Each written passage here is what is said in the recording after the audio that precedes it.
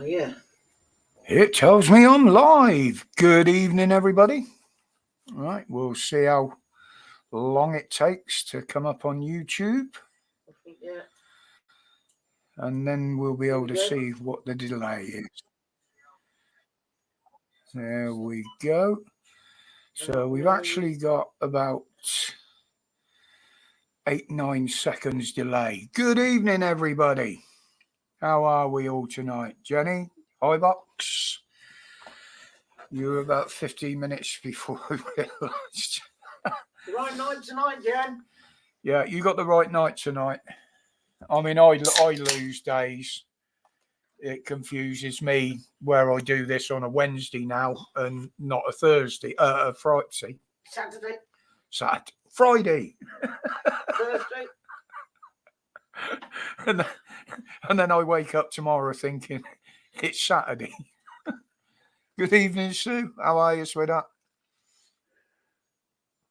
Well, I don't quite know what buttons I was pressing then, but we nearly had background music on here because I managed to play with the buttons on StreamYard and had some rock music playing, and it was over the stream, and I couldn't fucking figure out how to turn the bastard off. I only managed to turn it off with about 30 seconds to go. But good evening. I've got no notes down for tonight of subjects. I don't know how long my voice is going to last. It's been a bit croaky the last couple of days, as you probably noticed on the videos. But obviously, to start with, we've got the relevant news items that I've been reporting on. Good evening, Holly. Obviously, there's the big thing going on, or was going on in London. They're making all sorts of weird connections with that, but yeah, what a horrible thing. I actually, believe it or not, I actually feel sorry for the coppers that got injured. But in fairness, they got injured doing their job. But you got to feel sorry for somebody to get injured like that. I have heard that the female officer who had injuries to her arm, quite severe, has actually lost some fingers, which if someone took a swipe at her with a samurai sword, and usually the arm injuries are defensive injuries, then I can think she was putting her hand up like that and he's took the fingers off. Can't say that for certain. I've only heard that. Good evening, Phil. Until we get actual confirmation of that, I'm not going to say that that's true. But the sad loss of the young lad, yeah, that is unacceptable. Good evening, Gary. Rob. Yeah, I'm fine, Rob. Just got a bit of a croaky throat. I've got issues with my throat anyway. You know, I've had people try to cut it. No, I've always had a bad throat since the car fire. Sometimes it gets a bit rough. But yeah, I mean, I showed in that video yesterday, or was it today? I can't remember now. Calling one a hero and one a coward. And obviously it was pointed out to me that there were two other coppers off camera. I didn't look at that camera angle. I looked at several others that were also right up next to him and distracting the guy. So the female cop tasered him. Has it been released why the sword carrier did it? Not as far as I know. High box. The police are still looking into why it happened. Obviously, they're not going to give too much away until they've done most of the investigation. But it seems a bit strange at that time of the morning, a van running into a house. Good evening, Tony.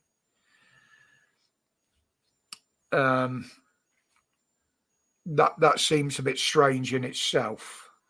Now, they said he was in hospital and still was. The police were waiting to interview him because he was injured in the crash. Well, watching him waving that bloody thing around, he didn't look very injured to me. Good evening, Panda. How you doing, buddy? What's on, mate?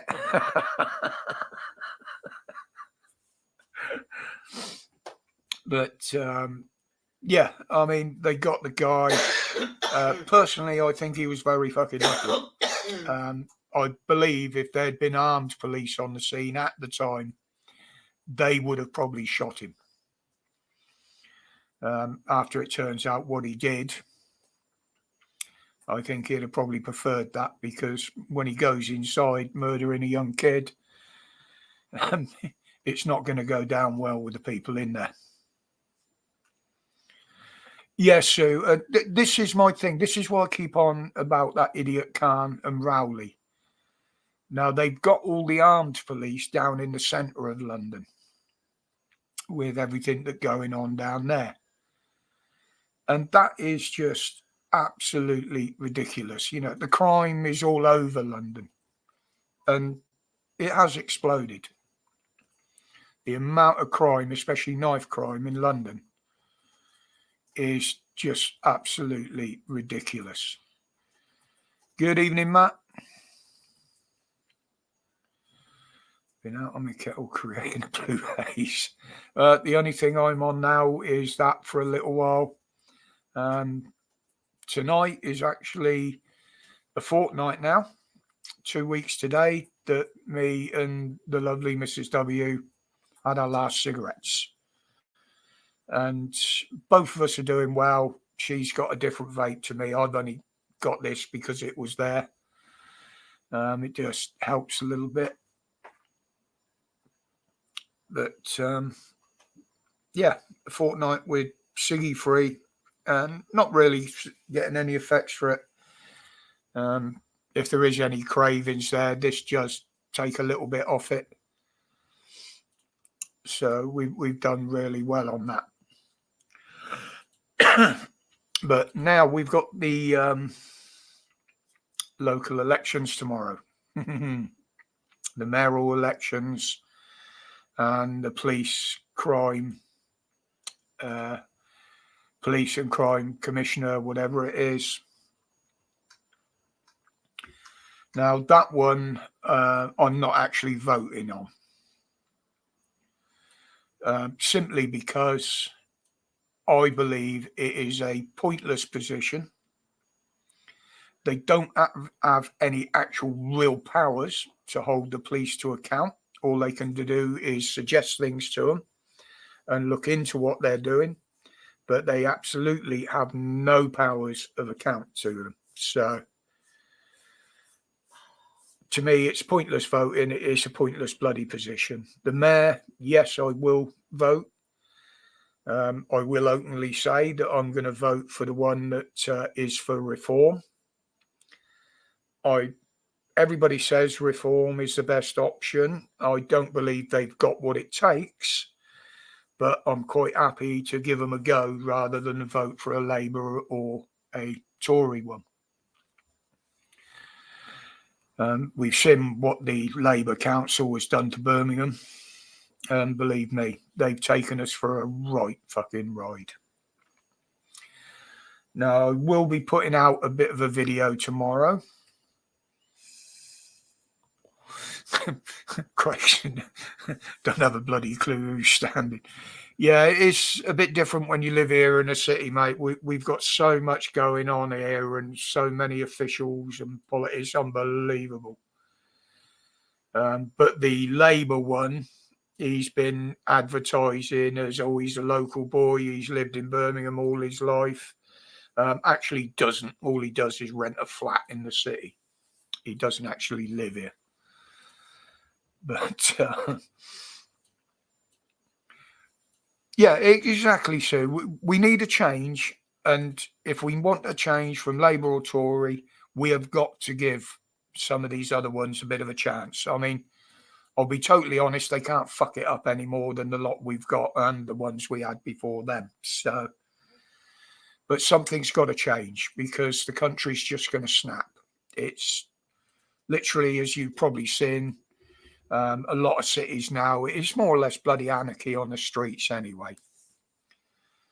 Obviously, the big issue is the immigrants. Well, apparently, there's one on his way to Rwanda.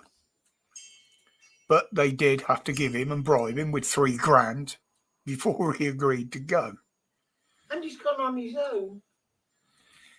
Yes, Jenny, I actually looked into it, and there are as many Muslims as there is us honkies in London that want him out because they're suffering just as bad as us now from what he's been doing. Yeah, there isn't a good option, Tony. Exactly, mate. We've got to try and figure out the best of the rest, really. Forget the main two. Personally, I'm fed up of seeing a two-horse race between them all the time. I mean, it does give me a bit of a giggle watching PM's question times with the backstabbing and the piss takers, and that's all they do. And that's all staged as well. You can see them when someone takes the piss. They're down looking at their notes to see the reply to them. Oh, I know the taxi drivers do, so they fuck them up big time. And also the other ones that are kicking up are the emergency services. They were even going to charge the diesel ambulances under the ULEZ, and the same with the fire engines.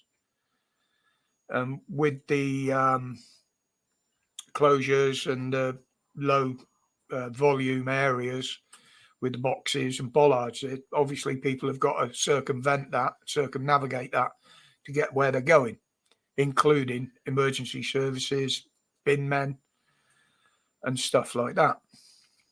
Bleach Demon, good evening, bud.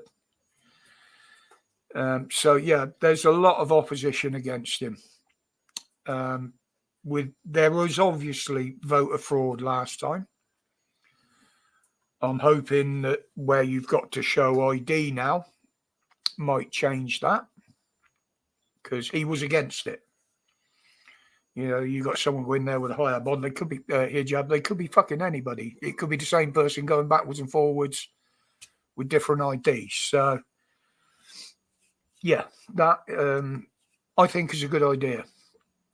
And I think that's how America got away with so much, shall we put it, corruption during their election last time.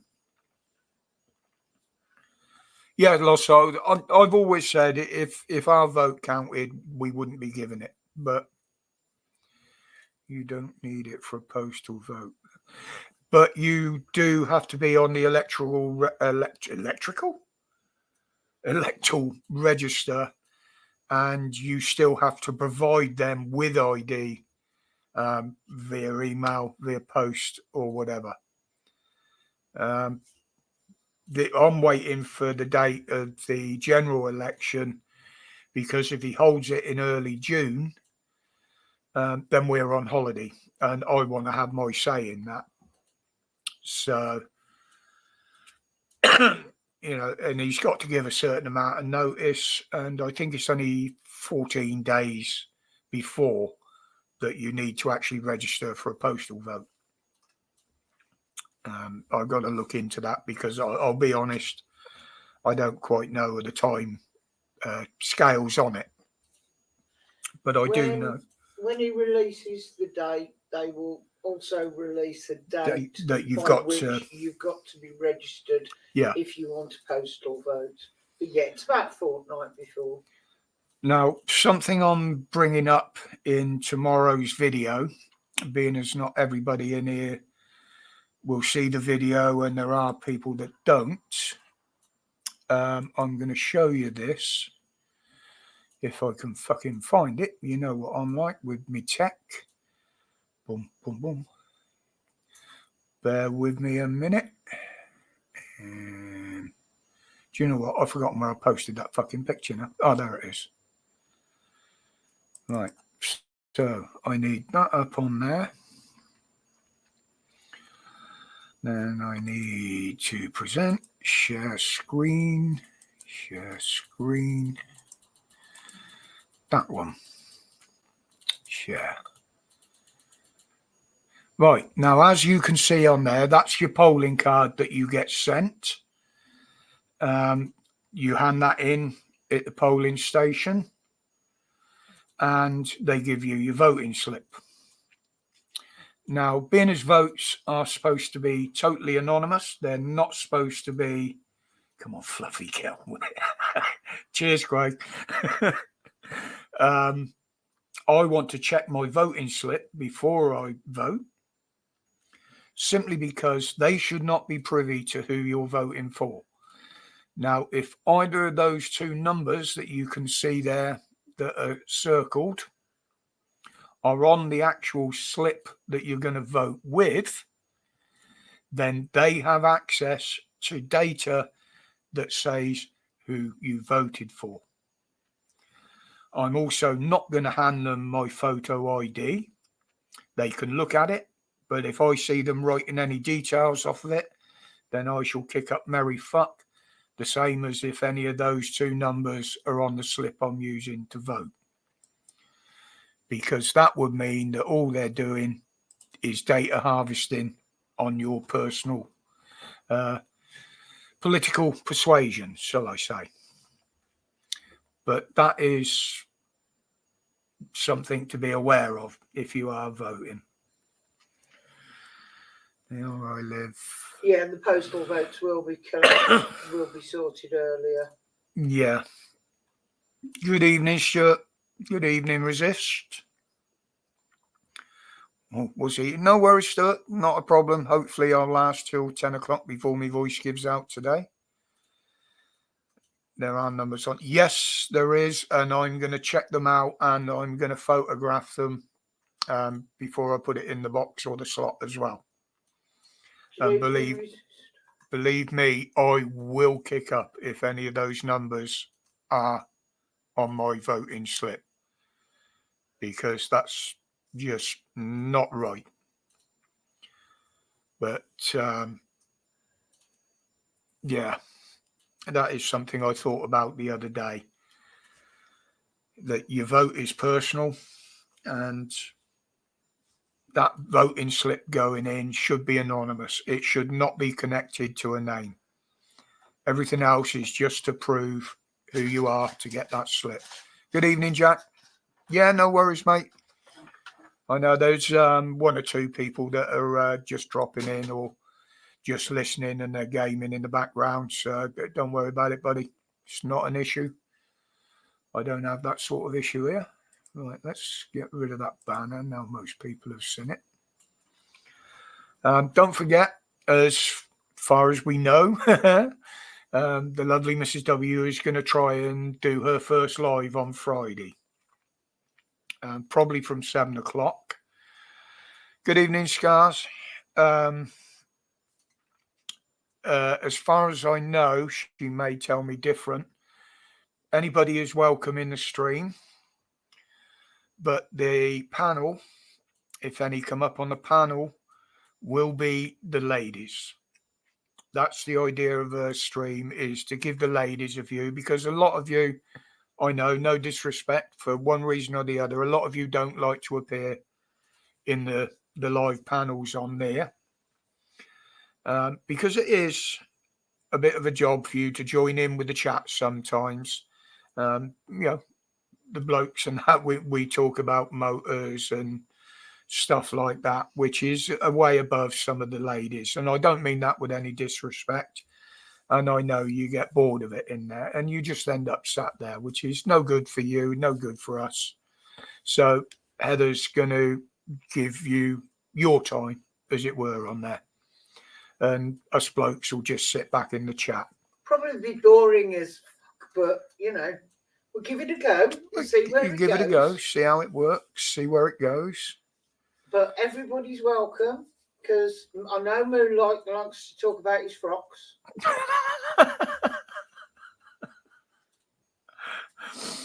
Oh, hang on. I haven't got that thing up there. That's better. But yeah, I mean, we'll see how it goes. And, you know, they might not be weekly. They might be when she feels like doing one. But I will always announce a couple of days before in my videos if she's going to do one. So, But if anybody wants to get in touch with me, the channel now has an email. oh, has it? Oh, of course, yeah, you sent it the other day, didn't you? Yeah, she does actually. Have you posted it in the? I've put it on YouTube. It's on the channel, but it's nice and easy. It's Mrs. W at email, not Gmail, email.com. There Mrs. you go. W at email.com. You can't get easier than that. I don't know. You see the mess I get in with it sometimes. Yeah, it's weird. While I'm talking there, Holly, that I posted in our Discord earlier. I don't know whether you've seen it. I think that's possibly a scammer looking to sell subs or something. It's not. It's definitely not from YouTube with the way it's written. I mean, they don't look like they could string an English sentence together. But they did send another reply after I replied to it, saying, "Oh, I hope I haven't offended you," and all this bollocks. And it's almost written as how can I put it? As an Indian would write it, or one of these ones that don't understand the English language properly. Hit the like. I forgot to say hi. Oh, yeah, no worries, mate. No worries, mate. Karen, good evening. I know he'd be there lurking. Yeah. Oh, there are. I mean, I've got a chief lurker. I know she'll be in the back there. Yeah. She normally drops in at the end of the evening just to say hi. But I don't have a problem with people doing that. Obviously, the lurkers that are in there, they don't have to sub, so they don't comment. It's and we know why they're there. They're just trying to pick up on things to use on Facebook, on YouTube, or wherever they go. I don't go wherever they go. I just can't be bothered with them. But I'm a bit of a lurker. I like sitting back and listening. Yes, Jack, it absolutely does, mate. I mean, there she is, Chief Lurker. Good evening, sweetheart. I've got to admit, I do sometimes. I'll go onto a channel. I don't particularly want to be involved in the channel, but they might be talking about something that I'm interested in. You know, it'll just come up in my feed that this channel is live, and I will go and watch or listen for a little bit. I don't screenshot in them or anything like that. It's just not worth the hassle. But sometimes it gets interesting. Sometimes they can be funny. And the other thing is, by watching certain ones just lurking around in there, you can actually see who the complete dicks are on YouTube, which is very handy when you're running your own channel, because they'd come up in the chat and it's like, before they even say anything, bye, don't want you in here. Yeah, exactly. So everybody on YouTube does it, as far as I know. There are professional lurkers. There are lurkers that are there for nefarious reasons. And there are the lurkers that are there just because they want to listen to you. So that's not an issue. I will actually, let's see if I can get that up on the screen, so I can actually show you what I'm talking about here. Is that it? Oh, there we go. Now, I'm going to show you this. I don't really give a shit whether the person who sent it says it or not. They did make a comment on today's video and I threw them off. But has anybody seen anything like that before? Now, from what I can tell, it doesn't actually come from YouTube.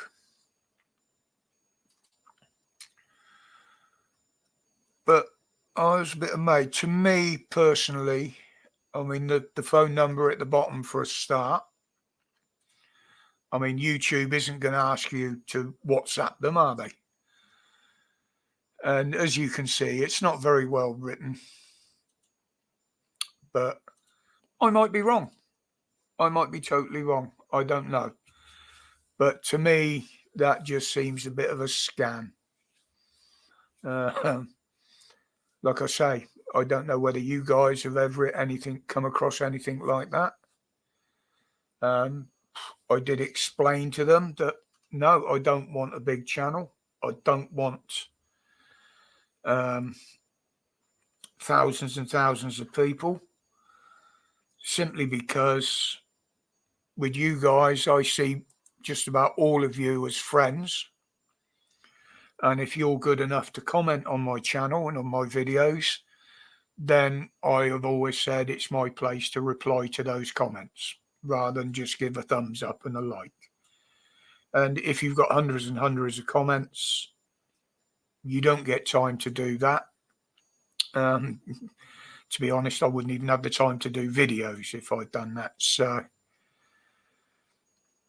yeah, I don't know. I don't know what to make of it, Jack. You know me, I'm quite green to the ways of the internet. But yeah, it seems a bit of a red flag to me, Stuart. And that's why I, the fact that they made a comment on the video, which has been removed, the way it was worded, it was like one of these you get on FaceAche.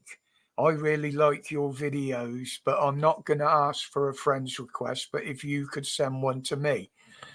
And straight away you get a picture of some woman with a herking great pair of tits, and you look at it and think, well, why would you want to be talking to me? You know, it's obvious. I do reply to some of them on Facebook, usually to say, yeah, fine, I'll send you a request, but can you send me $50 first? So I play them at their own game. I don't play into scams. And as Heather will tell you, if I get a phone call that's quite obvious a scam, I'm not very polite and I'm not very nice. Loafer, good evening, mate.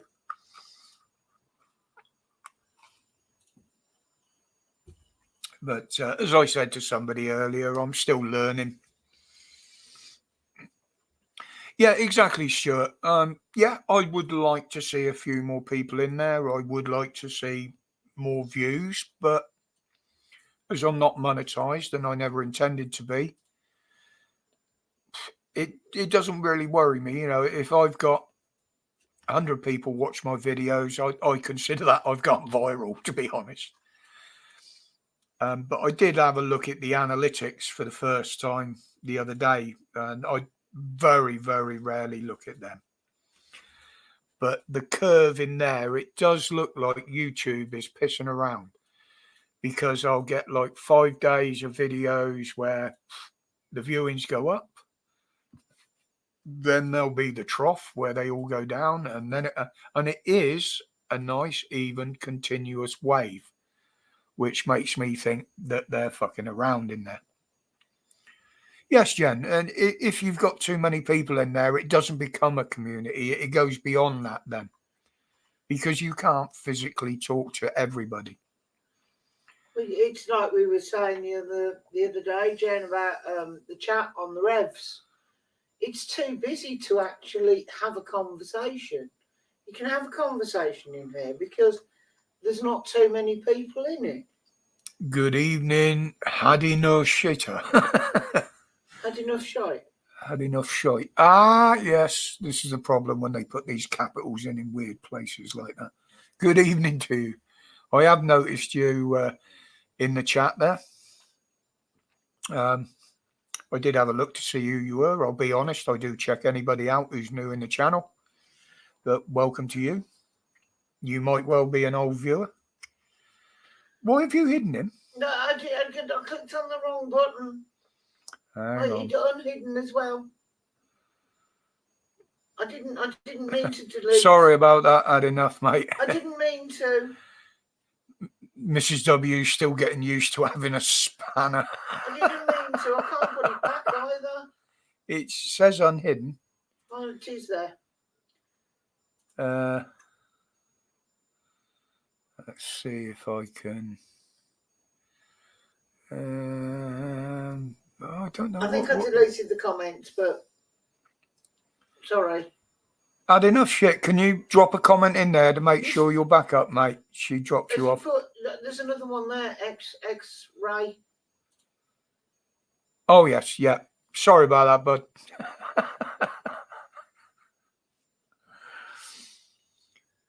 Pap, all right, please.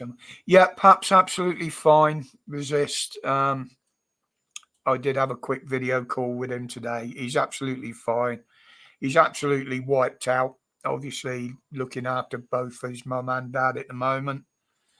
Yeah, he has enough trouble on his own at home, let alone coping with two people there as in their place, as it were. He's probably asleep now because he has been out today. But he's absolutely fine. We left him on the way to go shopping, didn't we? Yeah. Go get some milk and stuff. He is. I think he's quite annoyed that he hasn't been able to put any content out. But as we know, it doesn't matter what you do. Your family has always got to come first. I'm going to bring up YouTube view situation and explain it a little better. Okay, Jack. Yeah, that'd be great, mate. I know you're a techie. We won't go into it too much. Just give me the basic outlines, layman's terms, so I can understand it. I know there are other ways that I can put my channel out there a bit more, putting it in different groups and areas in YouTube. But, you guys share it, those that share it, those that know me on Facebook. I'm happy with the way it's going. The subs have always gone up and down a bit, but I do believe there is more, or should be more, there than is showing. Because obviously 5,500 subs, we've got 100 odd regulars, so that leaves 400, some which probably don't even watch the channel anymore, but they're still there. Yeah, like me. And they're yeah, like you. And if they're not active, YouTube will remove them, and they'll remove them from mine to fuck me about anyway. So yes, Gary, family have always got to come first, mate. And if the family ever needed anything here, I would also drop out to do what I can for them.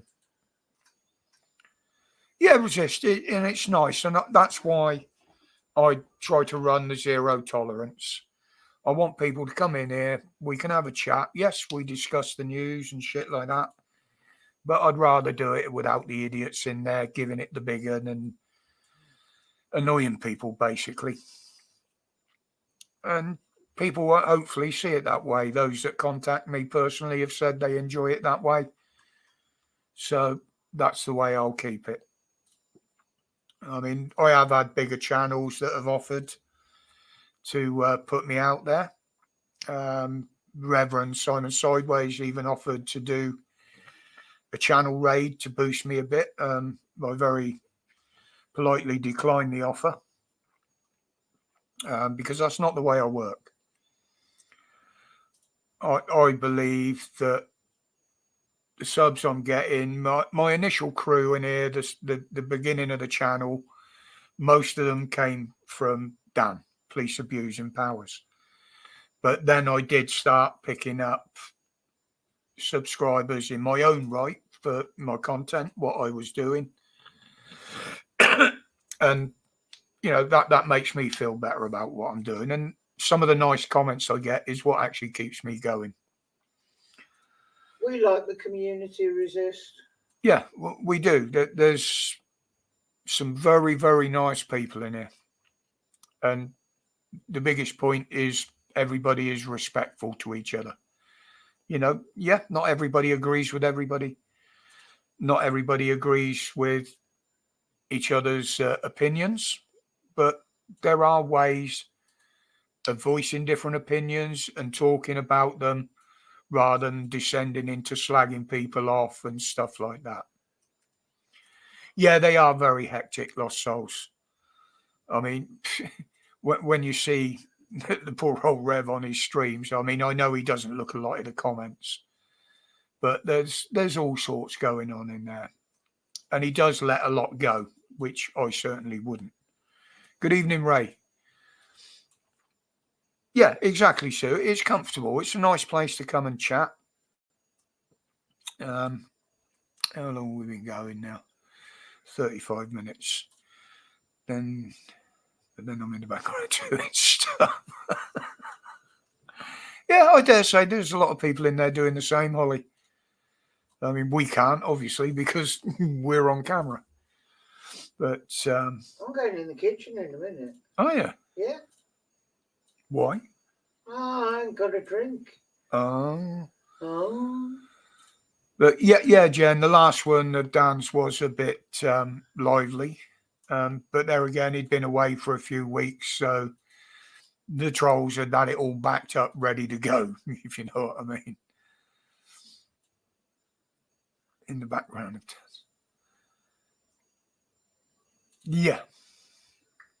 It's, well, you're the administrator on the StreamYard in there as well, ain't you, Holly? So that's a little bit more work for you as well. And that's the other thing in here.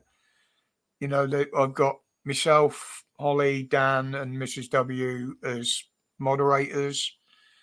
And God bless. And God bless, yeah. And as you've seen, we very rarely have to lift the spanner. And when something does happen, it's usually by mistake. Sorry, again. But yeah, it's, and I do actually look forward to doing them. No matter, oh, hello, which one's that? That one there. And beep. So we'll get that up. I'll pin that to the top. So there we go. I may have to turn the volume down if anybody comes up, because I've had it way up when I was trying with the background music. Why is that gone down there? No, I didn't want to do that. No, stop. I was trying to sort out how to go about doing a countdown clock with the music and stuff like that. And I found some background music in Brands on StreamYard. And I found a nice rock track in there, and I set the bloody thing playing.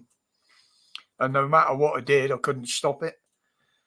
I actually came out of StreamYard, went back in, clicked back into the studio, and the fucking thing was still playing. So that didn't work.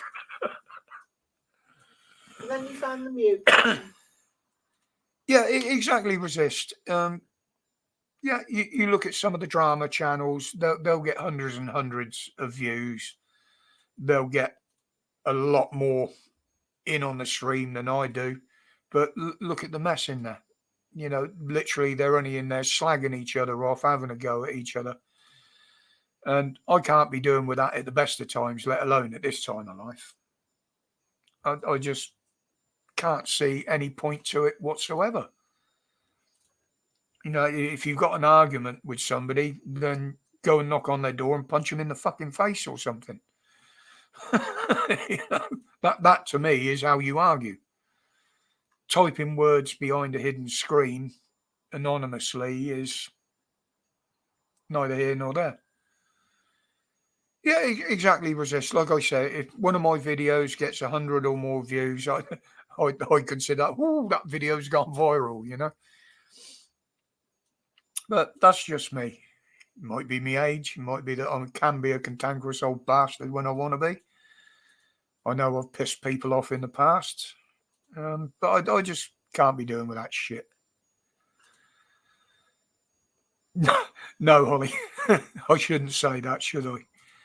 But if anybody wants to come and complain about my new St. George's flags in the window, they will get verbally abused when they come to the door. And if they continue to be verbal, then they will be removed from the property. And I'm not exactly subtle at doing things like that, as Mrs. W has seen in the past. The my flags. Including the police. The my flags. from Yeah, my only because birthday. your eBay account, your PayPal account paid for them. No, they're for my birthday. Aye? Yeah, why not? I'm going to put the Union ones up in the upstairs windows. But no, I don't play fools lightly. I never have done. And I will stand up for myself verbally and physically when needed, as people in my past have found out to their costs. Yeah, we both do, love. But and you think I'm bad? She'll hold her own, believe me. She'll give every bit as good as she gets. Don't know what you're talking about. Labour don't call up. Well, I don't reckon any of them are going to call here because I think a few months back we had Labour turn up on the door, and that was a mayoral thing. And literally all they got out was, "Oh, we're from Labour," because I wanted to know how they got my name for a start and what they were doing there, because they straight away go, "Good evening, Roger," and I'm like, "Well, why do you assume my name is Roger?" And that was when I asked who they were. And as soon as they said they were from canvassing for the Labour mayoral elections, I said, and I literally said it this way. I said, "You can now fuck right off." And I just shut the door in their face. That's your standard reaction to anybody you don't know that knocks the door. Well, especially if their first words out of their mouth are "good evening" and my name, and I've never met them before. Oh, yeah. That's going to get my back up straight away. But even "good evening, can I interest you in?" Oh, I'm a That's bit it. more subtle on that. But No, you're not. usually it's are you buying, selling, religious? If so, go away. I'm not interested. But although I did entertain the little salesman for one of the electricity companies, he came round, knocked on the door, very polite young lad, trying to push on smart meters. Not that they've got any. Till I explained to him just how dangerous they are and showed him the proof. And he said, "Well, I didn't know anything about that." He said, "That is absolutely outrageous." I said, "Well, the first thing you should learn when you're doing sales is learn about the product you're trying to push." And he obviously didn't. And I was a bit polite to him. And he went away with a bit more knowledge than he arrived with. I'd like to think that he went on to try and sell something else, but hey. But we that was the only time we've had Sue. Obviously, with Labour council here and a Conservative mayor, you would have thought that they would have come round canvassing. But no. And our Labour round tonight, they're going to add one copper on the beat in my town. Well, the thing is, right, I don't believe we need any extra police. What we need is the police we've got doing the job properly. I mean, the country used to be policed quite adequately with what we had before. Yes, we've got a few million more. Well, I won't call them residents because they're not. But again, with the, I'll pick on it because it's an obvious one, the Palestine thing, the pro-Palestine protests. Now, if they didn't allow them to protest, like they don't allow many others, then they wouldn't have half the problems in London. If the government hadn't imported and carried on importing these people from the continent, we wouldn't have the problems we're having with them. So all the problems that we're having they've created for themselves.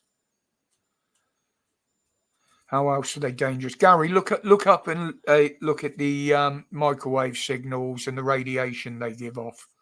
Look at how many tumours have been caused in the areas where they've got them, and they've got them in their household, especially in kids. I've done the research on it, and I did actually put a video out there. It's on this channel, and it's on my second channel as well, with the graphs and the levels of microwaves and all the other shit that comes out of it. And the other thing you've got to think of is, why do they want us to go on these and go all electric? Because if they want to turn your gas off to punish you for anything, they've got to come and physically turn it off outside. They can't do it from sat in a little comfy office by pressing a button. With electric, and you got a smart meter, they can. They monitor your whole household, not just your electric. There are pressure sensors in them. They can even tell when a door's been opened, when a tap's been turned on. I'm not saying in all cases, but that has been proved. So basically, the thing can even tell them when you're having a shit, when you flush the toilet, how many times you put your washing machine on, how many times you run a kettle. Now, if they've got remote control of your power, your electric, straight away there's a device to punish you. You're using too much electric. You shouldn't be boiling a kettle that many times a day. You shouldn't be doing that many loads of washing a week. We're going to reduce your power, or we'll turn it off for a certain amount of time. Well, this is what they're about. They were talking about restricting power between certain times, peak times. The only way they can do it at the flick of a switch is with a smart meter. Exactly. Because they can't come round to mine and turn it off. You know, if they want to, without a smart meter, if they wanted to punish somebody by reducing your power or turning your power off, they would have to turn the whole area off or the whole street. That is the only way they could do it. With a smart meter, they can do it to individual households. And believe me, have a look, Gary. I have looked into this, mate. As soon as they started coming out about them, I looked into it. And the heat pumps are a waste of time. The maintenance on them is horrendous. Most houses would need to be changing their whole heating system, especially older ones and council ones like we're in. And there's no way a council, any council, let alone a bankrupt Birmingham council, can afford to change everybody's bloody radiators in the houses and change a lot of the plumbing. I mean, even the bloody gas fire, it's a brand new one, old stock, when they replaced it a few years ago. It's old 1960s, 70s style. You know, they're not even new ones and modern ones. Good evening, young Jack. But, you know, this is the way that they're going to try and control people. And this is why they want everybody to have a smart meter. And no way will I have one. But having said that... Oh, microphone was muted. That was annoying. That they keep estimating his bill. And when they tried to give them the meter readings, they couldn't understand the readings he got, because he was on like two tariffs, like daytime and nighttime. And so he said, look, so that I can understand what's going on and you can bill me correctly, fit me a smart meter. We'd love to, sir, but we ain't got any. But believe me, the only advantage to a smart meter to yourselves is the fact that you can monitor how much you're using at any given time. Now, if people are worried about paying bills, which a lot of people are, they're going to look at that and they're going to go short on heating. They're going to go short on cooking because they're too frightened to use the bloody thing. Not only that, with smart meters, they actually charge more than they're supposed to. Yeah, but they're doing less work. Yeah, exactly. heat pumps. Sorry, my microphone was muted before. I did answer, but for some reason it didn't come through. Microphone was muted in front of me, which is an oof moment, especially for a techie like me. um, but yeah, I've already had this conversation with my dad. Heat pumps are very inefficient, and they require more maintenance than a gas boiler would do. Yeah, absolutely, they do, and more regular. And they wanna push it out. What is it, by 2030 to all households? Yeah, fuck off. Yeah, and they're not that efficient. They're nowhere near. They're as worse efficient. than gas boilers. Yeah. Someone came round to our house once and tried to offer. It came out with a leaflet and said, "So why do you think that heat pumps are more efficient than gas boilers?" And they tried to explain all these different reasons. I said, "Well, you've probably not done enough research on it, because they're actually not efficient at all, and they actually use double the energy than they would if you used a gas boiler." Yeah, exactly. And for what amount of gas you'd use, you'd pay less for that for the gas than the extra you'd use on electric for the smart meter, for the heat pumps. You probably use like double the amount of electric for your heat pump. Even if they were as good as they said they were, it's the cost of them. Yeah, very, very expensive. Very expensive. It's going to take years for you to recoup the savings. Yeah, people would have to take loans and stuff out to be able to. I mean, or they'd have to get the money from somewhere. Not necessarily a loan. Well, I mean, it's theoretically a loan. They'd have to get the money from somewhere, wouldn't they? If they genuinely wanted to go out and buy a heat pump, even though it's not efficient and all these different things, you know, going out your way to, because the thing is, people go out their way every single day and they put themselves into more debt because they think that this is going to help them or that's going to help them and it's going to be more efficient for that household, and it's making their situation even worse.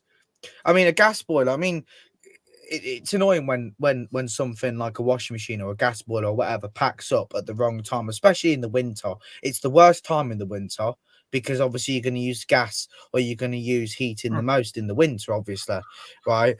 But I mean, no matter how exciting or how amazing this new technology is for heat pumps, like I said, it's inefficient. So the water, it constantly has to be heated.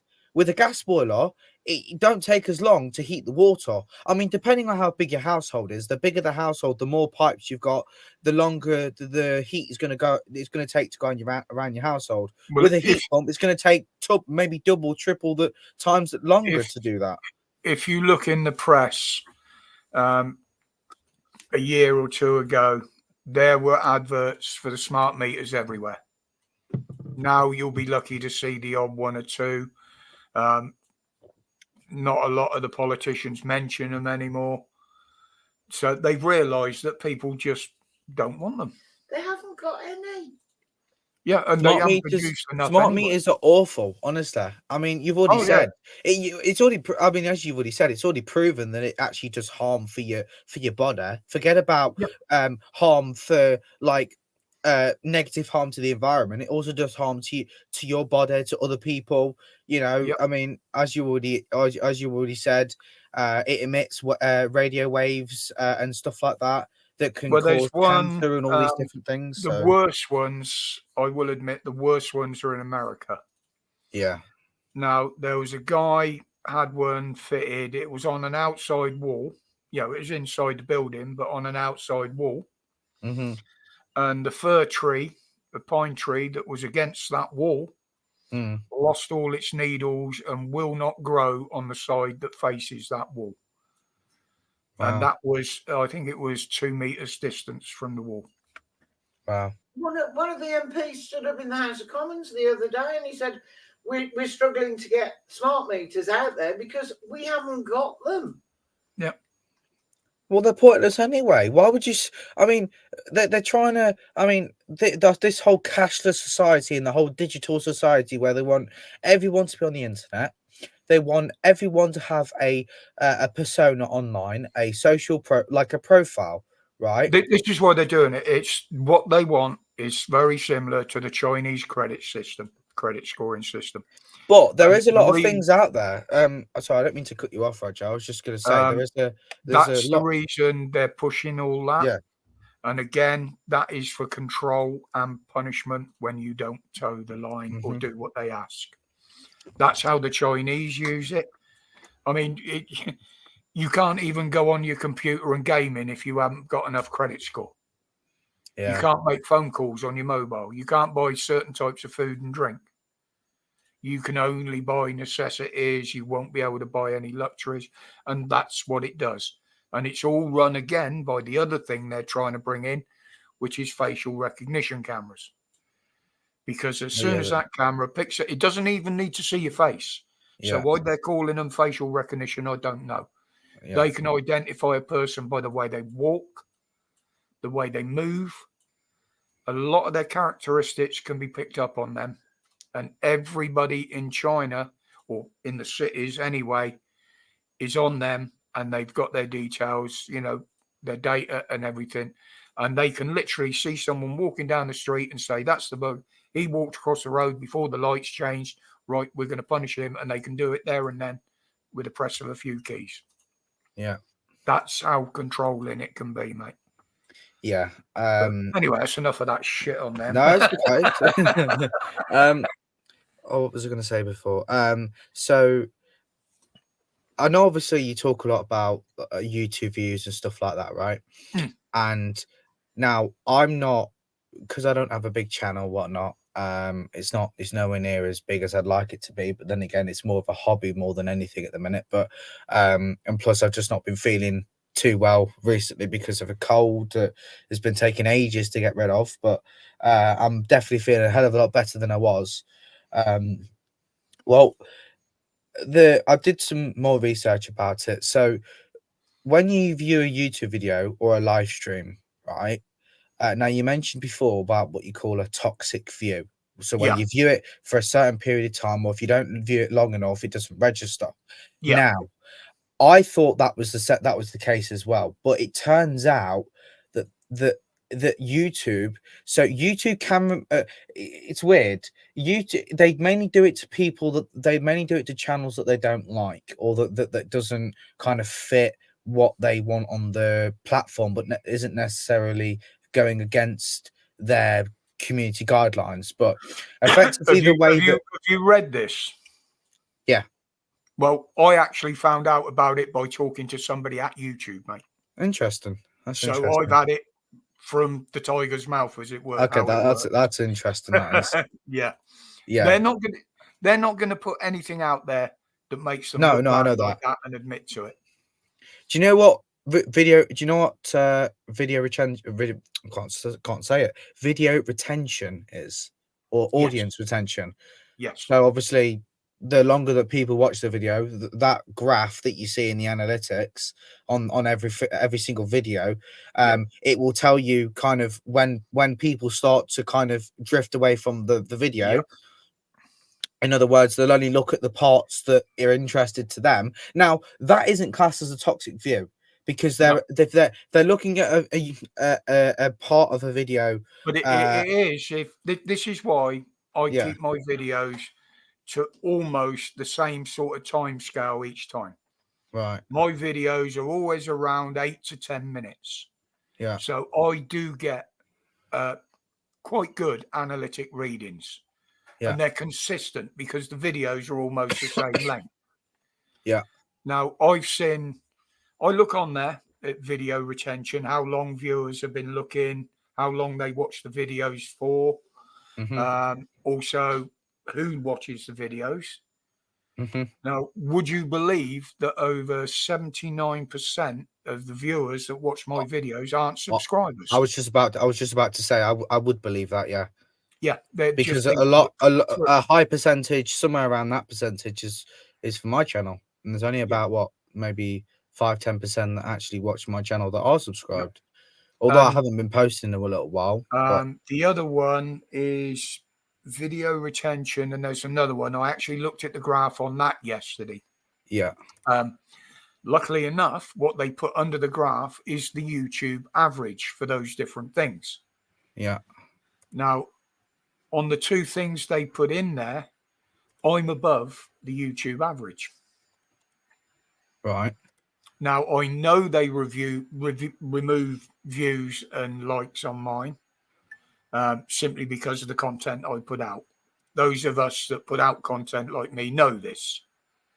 Why has somebody else come up with your thing on there, Jack? No, it's me. It's me sharing my screen. Yeah, and you know, I don't look at the analytics very often, but I did notice there's a regular dip in viewings and then a peak and then a dip and then a peak. Now I thought, well, if people aren't interested, that line's going to be constant. You know, it's going to be more constant when it was. These peaks and troughs are too regular. They're almost like a bloody wave. You know, you can see it. It'll be 2 or 3 days where the videos will peak. Then it will be 2 or 3 days where they go off. Obviously, the weekends, I don't usually do a video. So it's rare that you do a video on the weekend, yeah. But I've took that into account when I look at these graphs. Yeah. If you look at mine here, I mean, the bottom, I know this is a short from a while ago, but at the bottom here, this is the video retention, the audience retention. So my average duration was around 17 seconds and 32% viewed the video or viewed the short. And as you can see, it's around here, this line here, where people actually people view it. Oh no, it's around here actually. There.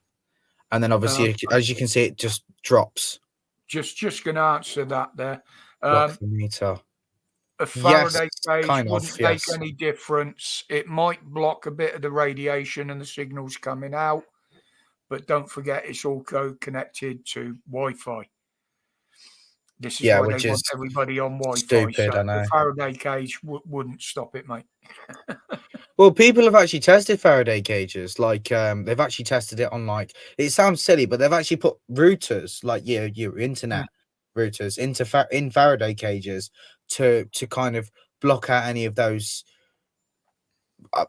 I'm going to use the word awful or bad signals, right?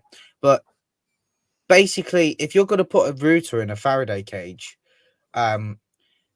you might as well just not have the router on in the first place, because the router needs to emit those signals to actually send out when you use the Wi-Fi. You can't use the Wi-Fi if the router's in the Faraday cage, so it's pointless.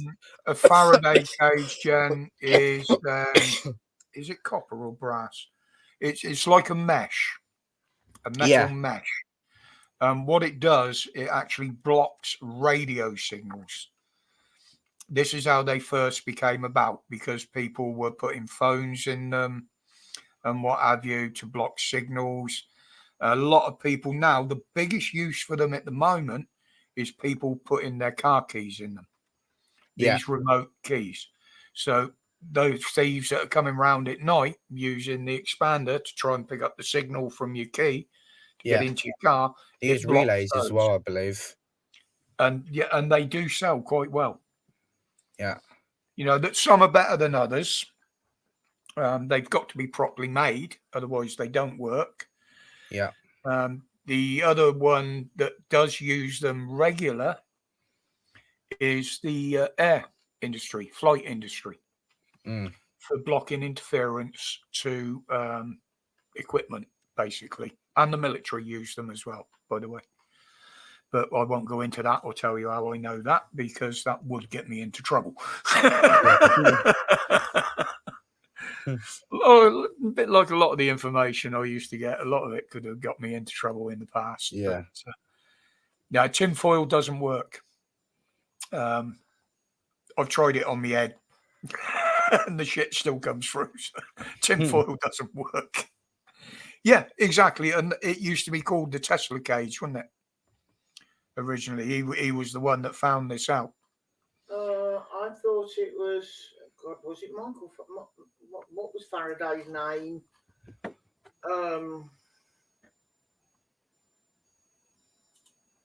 I can't remember what Faraday's name was. But I remember Nikola Tesla's. Yeah, but it would have been called the Tesla cage. Yeah. Yes, Ray. And this is what I'm saying. A lot of people, I say a lot of people. Named after Michael Faraday. Thank you, Michael Wikipedia. Faraday. Thank you, Gary. A lot of people, it's the same with the 5G towers. Now, it's been actually proved that some people that live around them increased, they've had tumours, they've got continuous headaches. Now, believe it or not, that was happening long before 3 or 4G even come out. Because people were getting the same problem with the radiating waves coming off high tension electric cables, and those that lived under the pylons or too close to the wires were getting those effects years and years ago, before the internet was even invented. So that sort of thing is nothing new. It's just different things trigger it. Faraday cage invented in 1836. Yeah, I don't know the ins and outs of that, Gary. But a car can act as a Faraday cage. A plane will act as a Faraday cage when they get struck by lightning. Yeah, it directs the power around it. But, again, it's down to personal choice. If you want a smart meter, then you risk being controlled, and you could all risk, in certain circumstances. Not only that, you'll probably pay a hell of a lot more. I mean, it's already been mentioned that people are actually paying more now for smart, for your smart meter usage, gas and electric, compared to prepayment. So using the little keys you have to put into them. Because before it was the other way around. Prepayment meters were paying more. The little keys you have to put in for them are only for prepaid. Yeah, that's what I said. Yeah. If you're on monthly bills or whatever. Yeah, that's what I'm saying. Prepayment, when you have to put the key in, you have to go to like the post office or wherever, or somewhere where they do PayPoint and they can do that. Yeah. Then but to be honest, that's all we've ever done. And plus,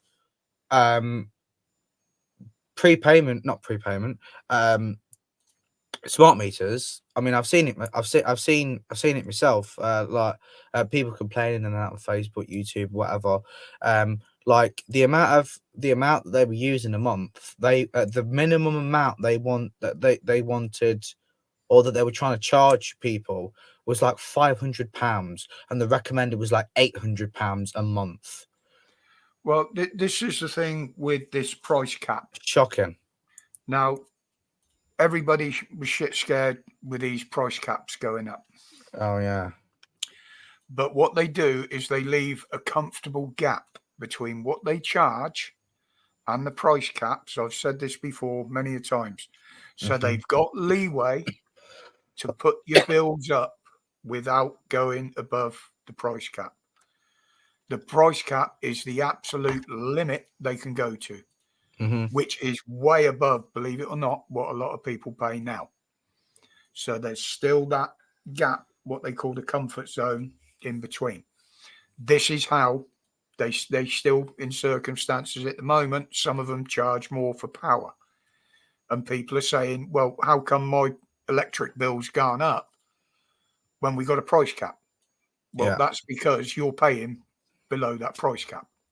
It's down to the energy companies as opposed to the national grid, isn't it? Yes, that is the upper limit they can charge. They can charge anything from nothing.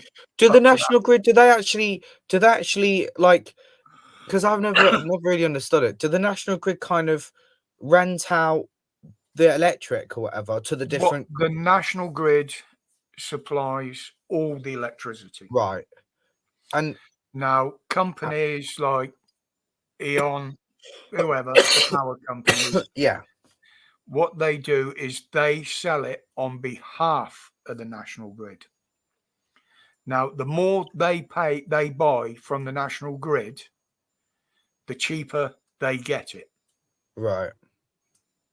So if you've got someone, say, supplying 3/4 of the country, I'll just say there's two power companies, for instance. If one is supplying 3/4 of the country, they're going to pay a lot less than the one supplying the other quarter. Yeah. Because I it's the get- same yeah. as bulk buying. Bulk buying is always going to be cheaper. Yeah. And that's how that works. Unless one of the companies is owned by Richie Sunak. Yeah. Yes, they are expensive, Jen.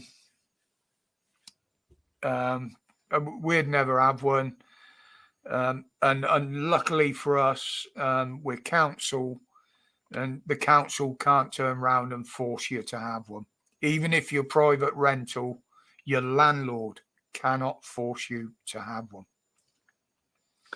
The only problem you've got is eventually, at some point, they will phase out the old meters, but they will use the fact that they haven't got them to fit new ones. So the only one that will be on offer at some point will be a smart meter, and you'll have no option. But as Heather pointed out, and several others have pointed out, at the moment, they haven't got the stocks to be able to do it that way. Some of the older meters have got to be changed and updated, but you can have them updated to a normal meter rather than a smart meter. And I think it was summertime. Sue said hers didn't work when she changed provider, and that's part of the issue with those that are out there. They work on one company because they've designed them and put them out there. You change provider, and it's like, well, you need a different meter for us. Yep. It's absolutely Jim, ridiculous. Yeah, that's exactly what I'm saying, mate. It's the National Grid only supply the infrastructure. It's the companies that actually sell it on to the public. What can I akin it to? Ford Motor Cars. Ford Motor Cars build cars. They moved them on to franchises and garages and dealers who sell them. Like a Ford dealer, the more cars he gets from Ford and the more he sells, he will get those cars cheaper. That gives them a bigger profit. Yeah. So the thing is, there's nothing nothing wrong with profit. Like, there's nothing wrong with profit, but the profit that people want nowadays, it's not to cover their arse or to kind of like to keep them afloat. It's greed. That's all it is greed. All these different companies.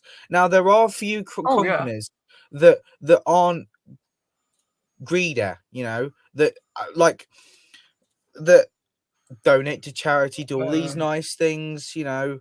I'll just cut in there, Jack, to answer that comment. Fine. Scar, yes, you can, but it has to be done by an approved electrician, and it also has to be checked, not by that electrician, but by an independent investigator to make sure it's safe and it's working properly. And then you need to have you can fit a secondary meter and charge more. But I was just about to say as well, and you actually need to obtain a certificate to say that it's been properly fitted, and that it's what's the word? And working, it's safe to use. Fit for purpose and safe. Yeah. And here's the thing, I saw lots of videos in the past when Dan was putting out lots of videos and stuff on his channel about the police where getting access to properties to assist energy companies to force people to fit either prepayment meters and smart meters and stuff like that. Well, there's legislation been put in recently to stop them doing that by law. Yeah, I forgot where I was going with that now. Because they were coming out with false warrants of entry and shit like that. Yeah, I can't remember what I was just saying now. I had something in my head and it's gone. Yeah, that's it. So someone had their meter change and they were with, I think they were either with EDF or Eon or something, and they basically sent their meter back to the company and said that they no longer need the meter, and all they had to do was they got everything done legally. So they had an independent person after the meter was fitted by an electrician, a qualified electrician. They had an independent person come out, check, make sure that the meter was safe, was fit for purpose, safe to be used, and all the legal requirements that had to be done, and it was Yep. safe to use. And EDF, or the company he was with, but is no longer with because he's got his own company or whatever. Well, they wanted to gain access to his property because I think his electric meter was inside his house, not outside, and they wanted to check that the meter was safe to be used, even though he had a certificate and he proved it and whatnot. The police was there to assist because they're not actually there to prevent breach of the peace. No matter how much they say, they're there to assist them. Right? The police don't. The police don't stand there and watch. They help. I mean, we've seen it. Well, again, that is changing because they shouldn't be doing that. But so many, yeah. Well, this is what I'm saying.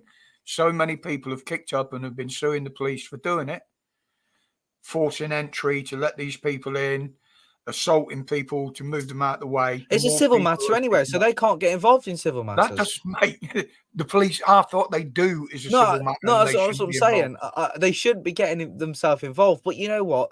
It's their ego, right? They would not be able to stand there and just allow that. You know, when they trespass somebody, usually they're breaking the law because that a civil trespass, the law can't act. Yeah. Now, when it becomes aggravated trespass, that's when the police can get involved. But that's the only time the police can get involved. If the person or people are being civil, they're not causing disturbance. They're not causing a nuisance or any of that. The police can't do anything about it. Ego, mate. They can't keep their fucking noses exactly. out. They know they shouldn't be there. It's like when they're doing these evictions now. Yeah. A lot of the police now are upholding the fact that the warrants that these people have, especially on council tax, are legal. They're not legal warrants. I saw something the other day, actually. Some guy hasn't been paying his council tax for at least a year now, right? You can go to court and you can actually get your council tax stopped. Yeah. It's a long-winded process and you have to do a lot of research into the way you're doing it. Yeah. But you can legally opt out of council tax. Yeah. And I explained this to my parents earlier because I was telling them about how this person I watched online, he just popped in my recommended out of nowhere.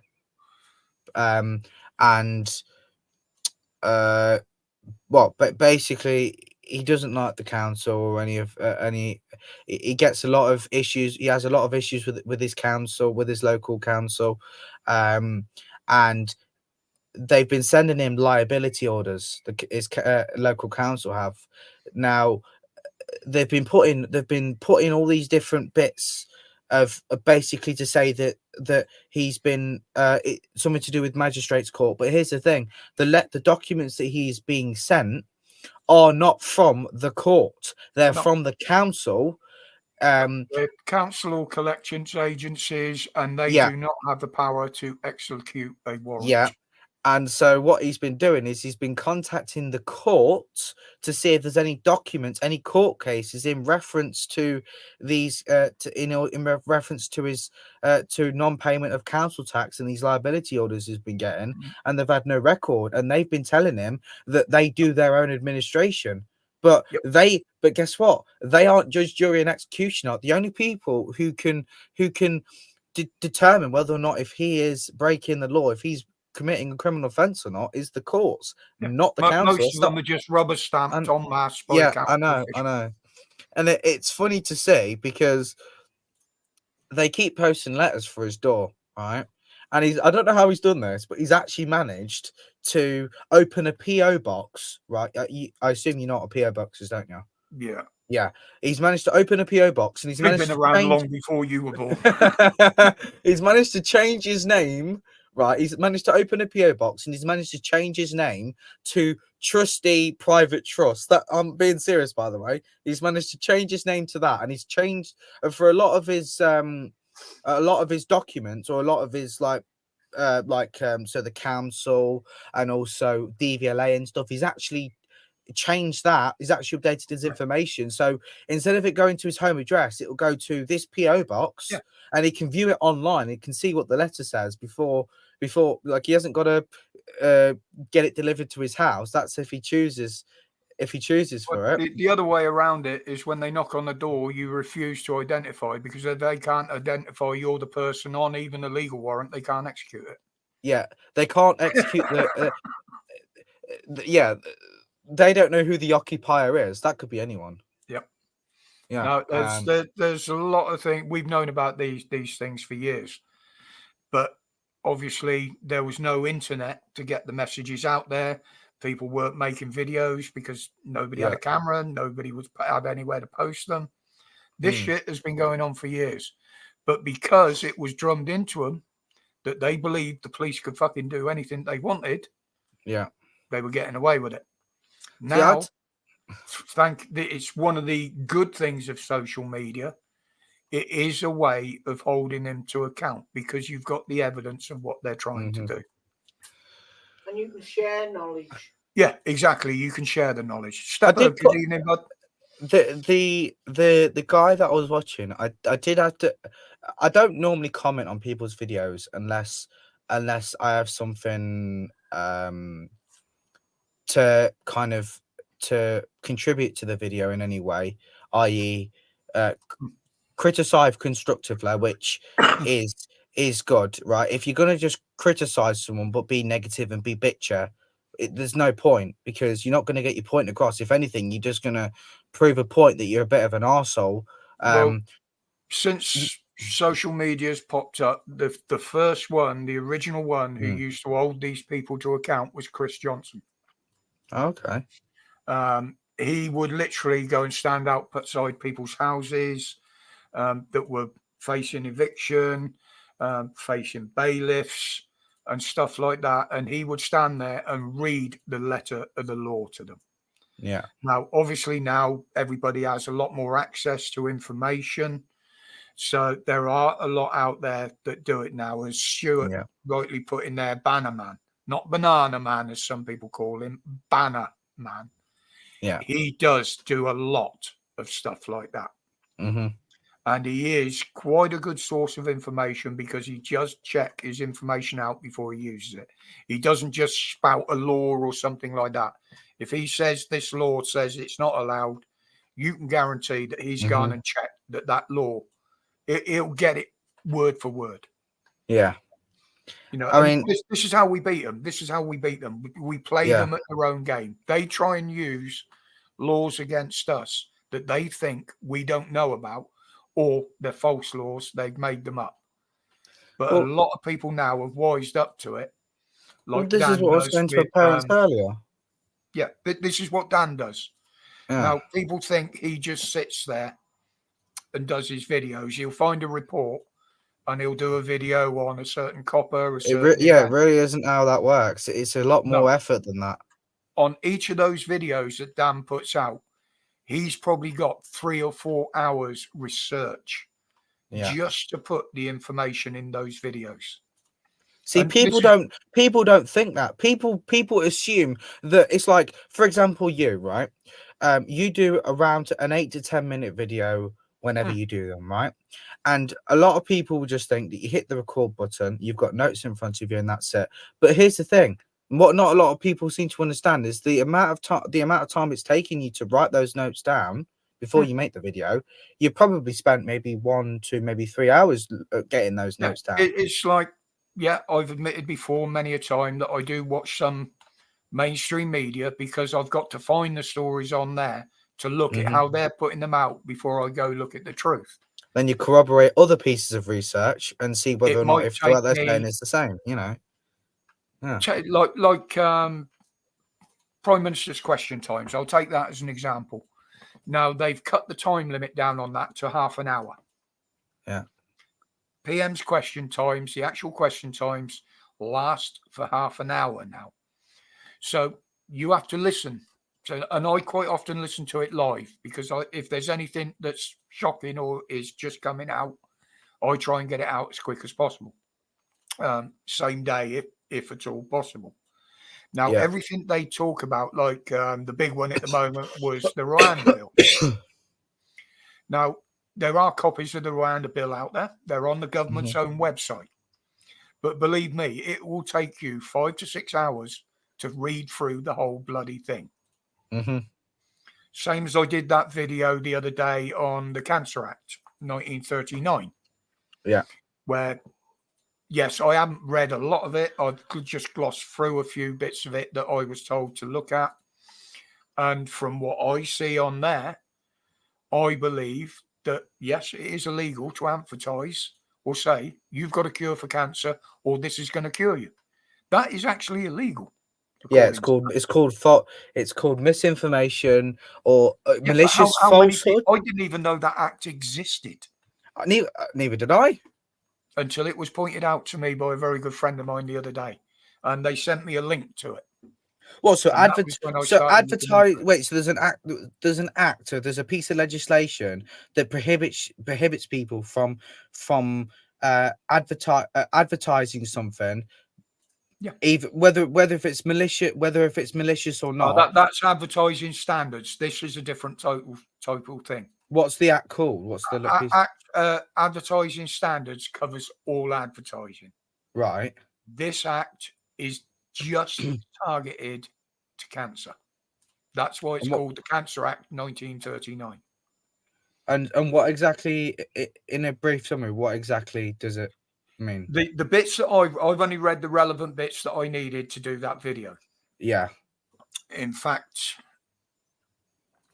I still have some of it here. I'll see if I can find it. 1939, you say? Yep. There we go. No person shall take part in any part in the publication of any advertisement containing an offer to treat any person for cancer, or to prescribe any remedy therefore, or to give any advice in connection with the treatment. So, in other words, if you claim to, I'm on that same page as well. Yep. Wow. So it's actually people conning. It's to stop people claiming they've got a cure when they haven't. I never knew. I always see. I knew that it was. I knew it was, because the thing is, people say it all the time. But I knew it was wrong to do it. But I didn't think it was actually an offence. And there's actually legislation for it. I never knew. Exactly, mate. And this is why, people say, well, how do you react to people's comments straight away when they make them on your videos? It's literally because I'm sat in front of the computer most of the day looking at stuff like that. Yeah.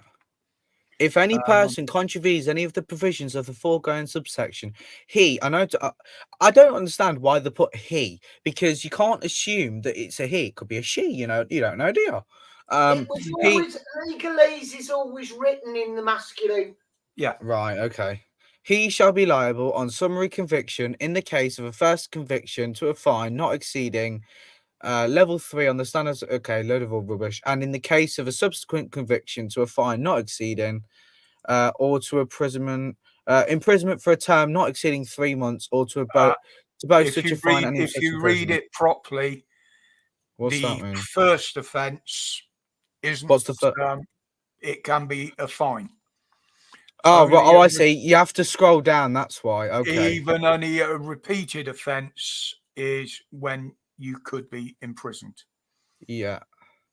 I genuinely never knew that you could be, that you could actually be, fined or imprisoned for saying that this can cure cancer when actually it can't, and you just, I mean, it's false advertising regardless. I mean, and you're making a big well,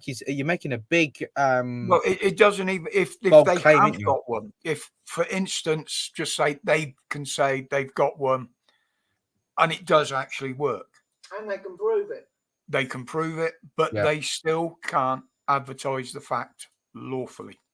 Yeah. It doesn't cover everything. It only covers cancer. Hence, pharmaceutical companies got away with saying this intervention is safe when it wasn't. They know now it wasn't. They've admitted it wasn't. And that was one of the reasons AstraZeneca got banned from being given out in this country. You've heard that. Speaking of that, actually, just scrolling through Facebook earlier, and I saw Dan's post or whatever, or was it or yours or something like that, or Holly's. They're now trying to push giving the jab to babies. Babies, yeah, down in Kent, that's starting. That was the area they were pushing. They hadn't. They're tried not to even push it. old enough to bloody know what's going on.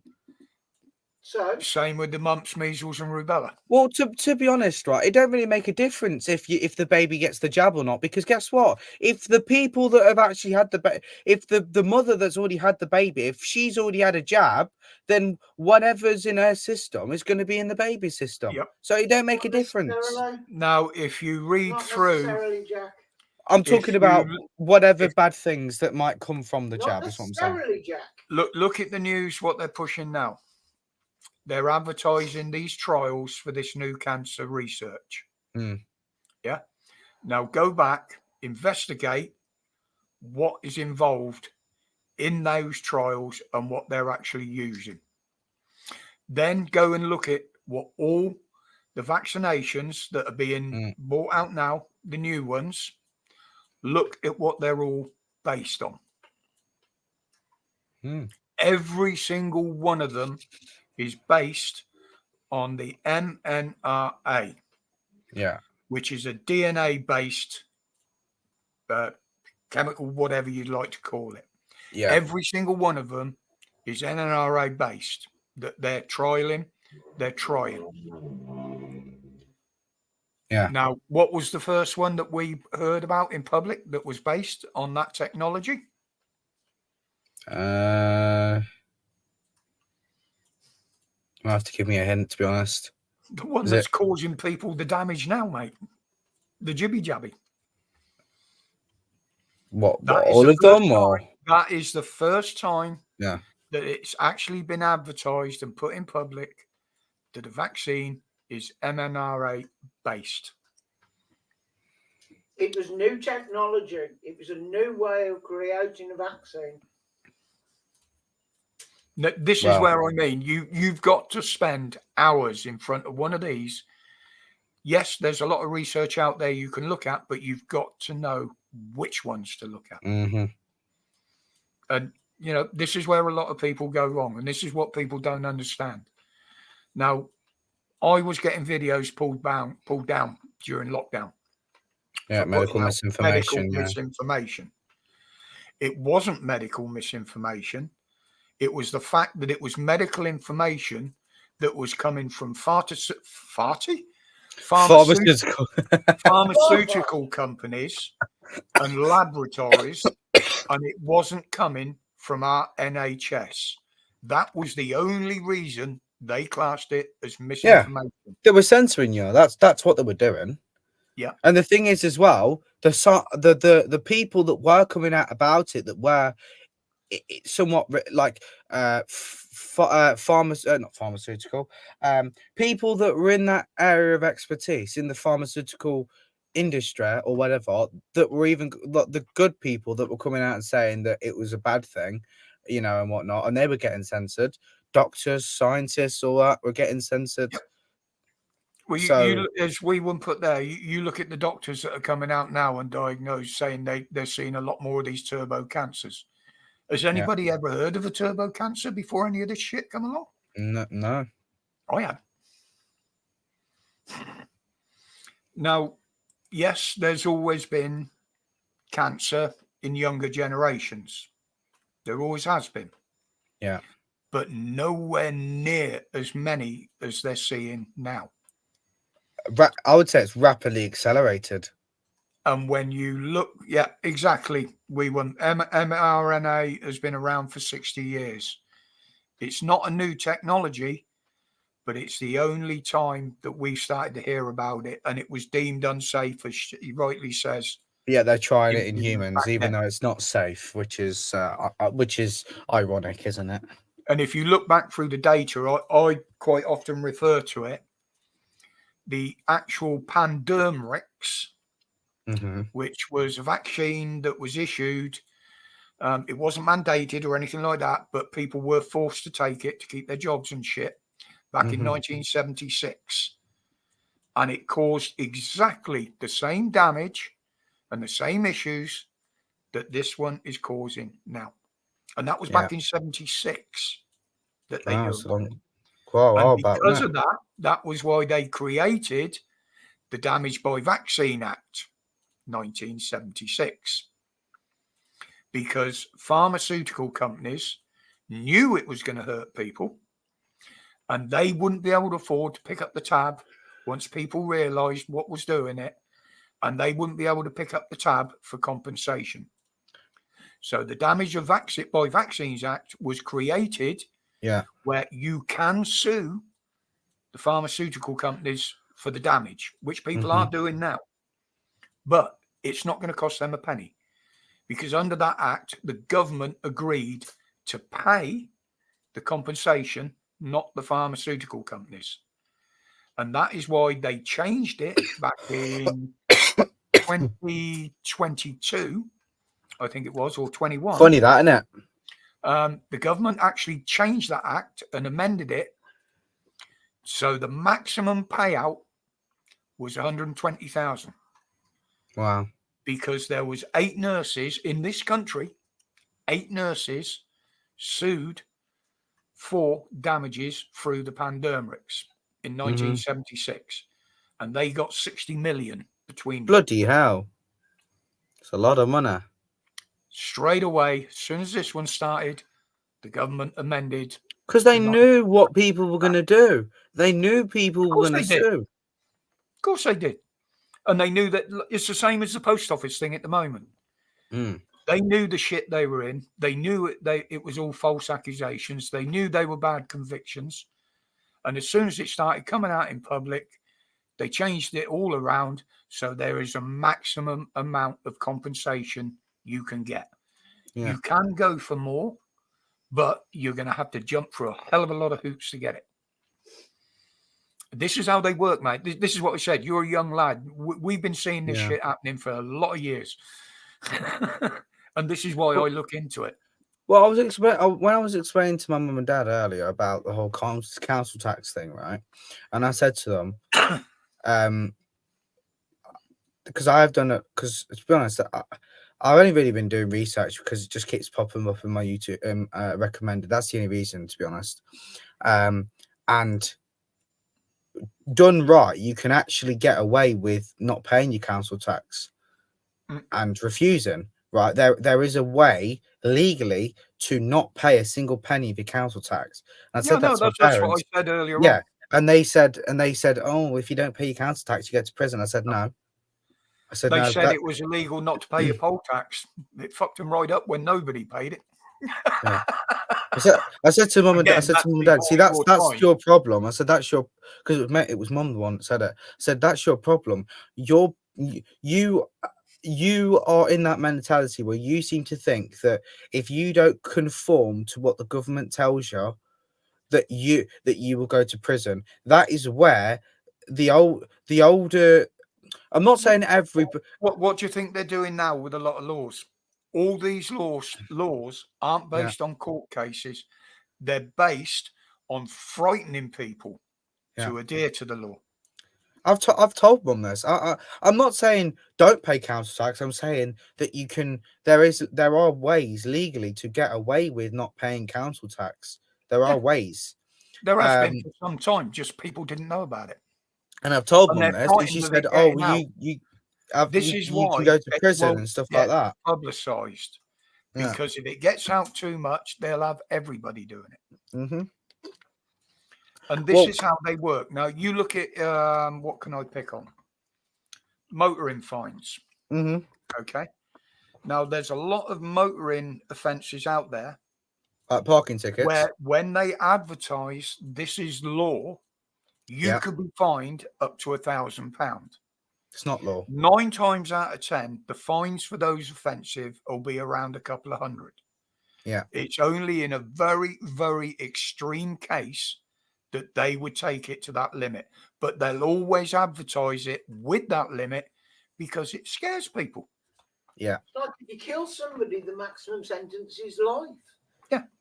But life doesn't mean life anymore. But it Yet could in be. certain circumstances, yes, there is the whole life sentence. But 9 times out of 10, if somebody gets life in this country, it's under a certain few years they can apply for parole, which isn't a life sentence. Mm-hmm. This is how the law works, mate. This is how they Yeah, frighten I know. people. You know, And the and thing some of is, us a lot are of old enough people, to know this. to be honest, a lot of youngsters, right?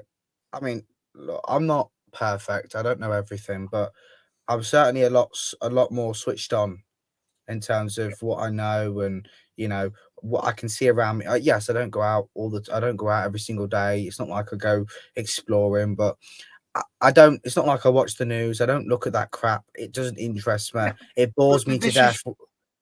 This is what I tried to explain to you, and I think I got it across quite well. When we first got to know each other, when we first started chatting, I said, you will only find out about some of this stuff as you get older and go through life. Now, people like me, Heather, and people our age group, and I know there's people in here in the chat now that are around the same age as us, they've been through all this. They've learned this. Youngsters haven't. You know, I'm not being derogatory when I say No, that. it's all right. Yeah. We're the ones who will be going through it. We're the ones be going through in it when you guys aren't here. Effectively, we've already been through it. You continue. No, but what? No, but you understand what I mean. We're going to go through the aftermath of what's going to happen when you guys aren't here. Yeah, life is a never-ending learning curve. Yeah. And the thing is, I said this to my parents. Like, look, I don't know everything. My parents might know more than me, right? They've been alive a lot longer than me, but obviously, they made me and my brother, right? We're here today because of them. But there's a lot of things that I tell my mum and dad that they may not understand fully.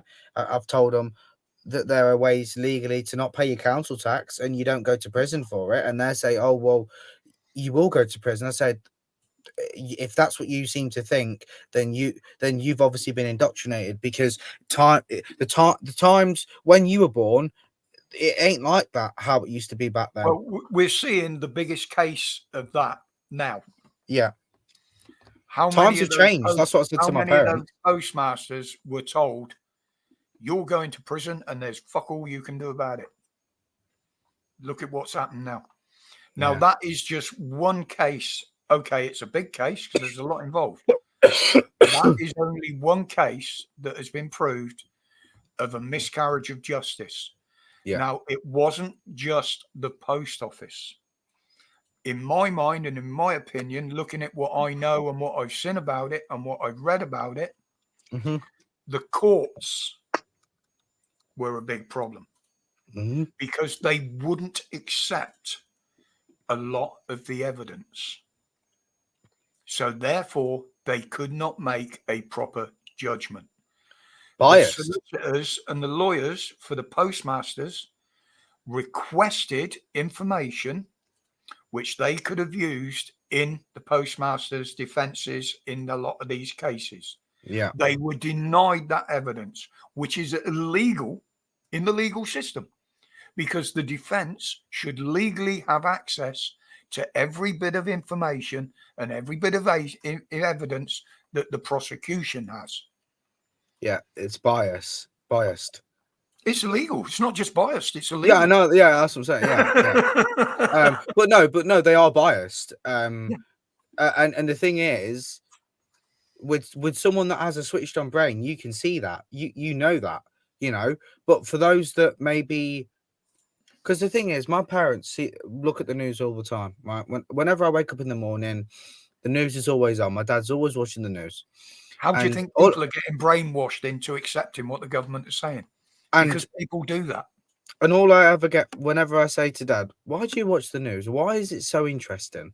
And all I ever get, I like to see what goes on in the world. I like to see this. I like to see that. I say, well, a lot of the stuff that they tell you, it's a load of rubbish.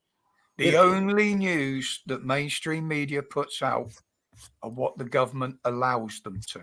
Yeah, exactly. Yeah. And even the ones they do put out that they're allowed to, There are certain things that they're not allowed to put in it and they're not allowed to say. Mm-hmm. All mainstream media is governed by the government. It's controlled. Not Yeah. all cases, but most of it is controlled by the government. And this is how they use the narrative, how they use fear tactics to get things out. To be honest, it's kind of flipped in a way, because the older generation, the one like are kind of a lot of the older generation. I'm not saying all, because I would be making a bold claim, but a lot of the older generation, they are being they are feared and Yep. scared. They are scared into, and they're basically being forced into doing things that they may not need to do or shouldn't do or whatever by the government and all these different companies, right?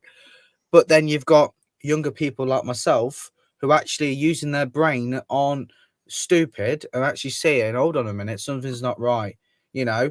Yeah. And I'm not saying, look, there are a lot of younguns out there that that probably don't care about any of this stuff. They don't care what goes on in the world, right? But there are a lot of other younguns that do care about our society and whatnot. I mean, this country, I would say, is not a country anymore, considering what the state is in. You know, London is probably one of the worst places We're to not go now. controlled by our own government, No. which, as an island and a country, an independent country, our government should be running our country on our behalf. That's why we vote the government in. I didn't vote for the WEF to Mhm. run anything. I didn't vote for the WHO to have any input or any of these systems like that. So therefore, they should have no input. They can make recommendations, but they should never, ever have an input into how this country's run. Yeah. I But thought the government listen to them. Mhm. They take their advice. And obviously, with companies like, I call them a company, like the WEF, for instance. Now, you've Mhm. only got to look at the people who are in there and running that, same as the banks. Yeah. They can turn around to a country and say, you've got to do this. Otherwise, you're going to be fucked, because we're going to cut you off from everything. Finance, trade, everything. Yeah. And that's how life works, mate. The only Yeah. reason people didn't know about this is because we didn't have access to the information to go and look Yeah. for it ourselves. There wasn't enough information out there to know. But now, as the internet has grown, and now that as as times have gone on, times have changed, the internet is evolved and grown. Yeah. Now But people it's still basically won't like, go and look for the no, information. I know. They will take their word for it. And this is the issue. Yeah. Yeah. The only reason the law is being held to account now, even down to simple things like traffic stops, is Mhm. because people have seen it and they've gone and looked and they've educated themselves on those laws. Yeah. Otherwise, every time a copper sticks his head through the window, he tells you you're going to get fined, people would accept it. Now they won't. Mm-hmm. The common one everybody uses it as an example now is the Road Traffic Act. Yeah. If they want to pull you and do you under the Road Traffic Act, they have actually got to tell you the section that they're doing things under. And most of the coppers can't. This No, is they why can't. they've all been issued with these little devices where they Yeah. can access the law to find out what they're doing. Yeah. A lot of the times they'll just use 162, but here's the thing: that only covers to pull them over for a traffic stop. What That doesn't 163? Yeah, that's what I'm saying. That only covers the use of pulling them over. That doesn't cover the use of obtaining their information, their driver's license, and that. 164 and 165 do that. Even 164 and 165. It says it. Well, they've changed it now to produce your documents. It doesn't say you have to hand your documents over to them to walk away and check on the computer. Yeah, no, you could theoretically put them against the window with the window closed, and they could get it that There's way. my information. You can see it clearly. Yeah. That is what you're supposed to need. Here's the thing as well. Now, I saw this recently, and it actually surprised me but not. It surprised me in a bad way, because I would think that the police are supposed to accept this, right? So do you know, if you the police, or you're actually told, you're actually recommended not to leave your documents in the vehicle in case it gets stolen, right? Yeah. Exactly.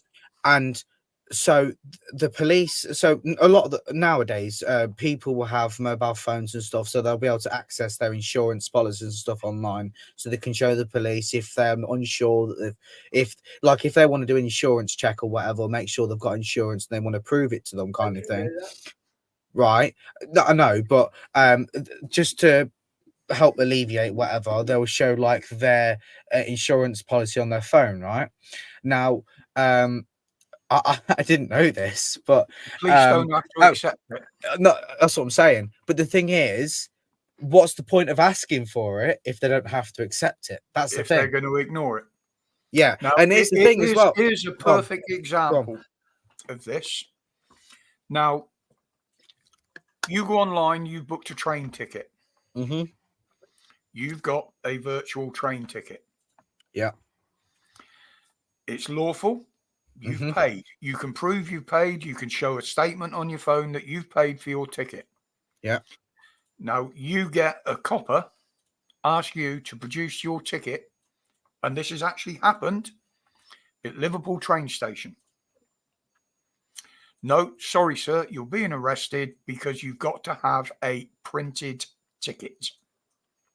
They can't do that. Yes, they can. Apparently. Well, or they think they can. They think they can do it, but I mean, if that's the case, then don't you think they should be arresting every single person that has a They digital... would lose out in court, but most people, if it's a paltry fine, they wouldn't take it that far. Contest it and go to court. No. They'll pay the fine to make it go away. And plus, a lot of the times, now I could be wrong, but a lot of the times, it can actually be more expensive to go to court. I'm not saying it is, but can be more expensive to go to court because and get it something settled like that, you're not going to get what do they call it? The public funding. Oh, mine goes blank. Legal aid. Yeah. There's only certain cases you can get legal aid for. Yeah. Now, if you've got a case that you can't get legal aid on, most people can't afford to take it to court. Well, yeah. You've got to defend yourself. And only a fool has himself for a lawyer. Do you know what would be good if it, as different as the US and the UK are in terms of how they do like traffic stuff, right? So how the police deal with their traffic stops in America compared to the UK. One thing that would be amazing if we actually took advice, or actually, you know what I mean, don't you? If we actually took from what the UK, what the US do, whenever they pull someone over, they don't have to give the necessary piece of legislation, but they actually have to. They can't just pull you over for a documents check. They actually have to tell you why they stopped you. They can't pull you over for no reason. Where in the UK, they can. They can literally just pull you over for a documents check. Yep, a spot check. Yeah, they literally can just do that. So, I mean, like, you know, civil disobedience, like he was, where he was constantly that can be debunked in certain circumstances with certain laws. Yeah, stop and search is a good example. Now they've got to have a good reason to stop and search you. They have to have reasonable grounds to suspect. What's the usual thing that they say? Well, if you're talking about cannabis, they'll usually say they smell cannabis. They're not allowed to use that anymore. Yeah, I know. Although they do still use it though. Yeah, but they can't use it anymore. Yeah, there has to be use the fact they can say we've got reasonable suspicion that you're carrying an illegal substance. Yeah, they need to have a primary reason. Smelling cannabis is not primary. Suspicion. Yeah. Now, one of the ones they use is we've got a call that you've been acting suspiciously. Yeah. Now, do you know what my first answer to that would be? How am I acting suspiciously? No. Okay. Can I have the number of the call log of these calls you've been getting, please? Because in court, they would have to prove they've used that as an excuse. Yeah, they would have to prove it. Yeah. We've had a call. Now they'd have to prove that in court if it went to court. You've actually made a really good point, because a lot of the times they'll say they've had reports from members of the public that they've been that have seen you acting suspiciously, or they've seen you handing packages or whatever to other people, right? That's actually a really good point. Actually, I think someone actually did that once on a video, And the and they other said thing that, is, when they do stop and search you, yeah, they will give made up excuses. yeah, We know that. We've seen Yeah. it so many fucking times. So the best advice is let them search you. Yeah. Because the first thing they'll say, while they're searching, have you got your ID on you? Then you turn around and say, well, unless you find what you think I've got on me, or what you're accusing me of on me, and you actually physically find that, I do not have to give my ID. Which is true. You're absolutely right. You do not have to give your ID unless you're actually getting booked, arrested, or anything like that. Even if you're arrested, you do not have to give a copy of your ID until you're in the station being booked. Yeah. All it is data collection, mate. Yeah. And Now- this is how they harass people. Yeah. Because Now, if they they- stop you, they've got your ID, you've got one Now- over on them because they've got nothing on you, and that's when the harassment starts. 'Cause Here's they know here's who when you they are, where here's you live. here's another thing as well. They could then make up that you were acting in an antisocial, because they could make up anything. They could say, oh, we've had reports, or we've had witnesses or members of the public saying that you've been acting in an antisocial manner, and they could then go down that road and say, well, under section 50 of the Police Reform Act, you are required to give me your name and address, and if you No, don't, you're not. No, you're well, not. section Not at that section point. section 50 does. Yeah. But the thing is, they would need to have evidence that you actually They have to provide evidence. acted in an antisocial manner. If there's no evidence to suggest that's the case, they can't legally ask for your name and address. And if And they this do is get why it, a yeah. lot of them stopped using the Terrorism Act. Yeah. Because they were doing everything wrong and illegally. Now, if Yeah. they've accused somebody and arrested them on an act of terrorism, Mhm. the first thing they've got to do before they actually arrest you for it is inform the anti-terrorism units and the NCA, whatever. Yeah, that's right. that Yeah. They've arrested you under the Terrorism Act. Do you have any information on this person?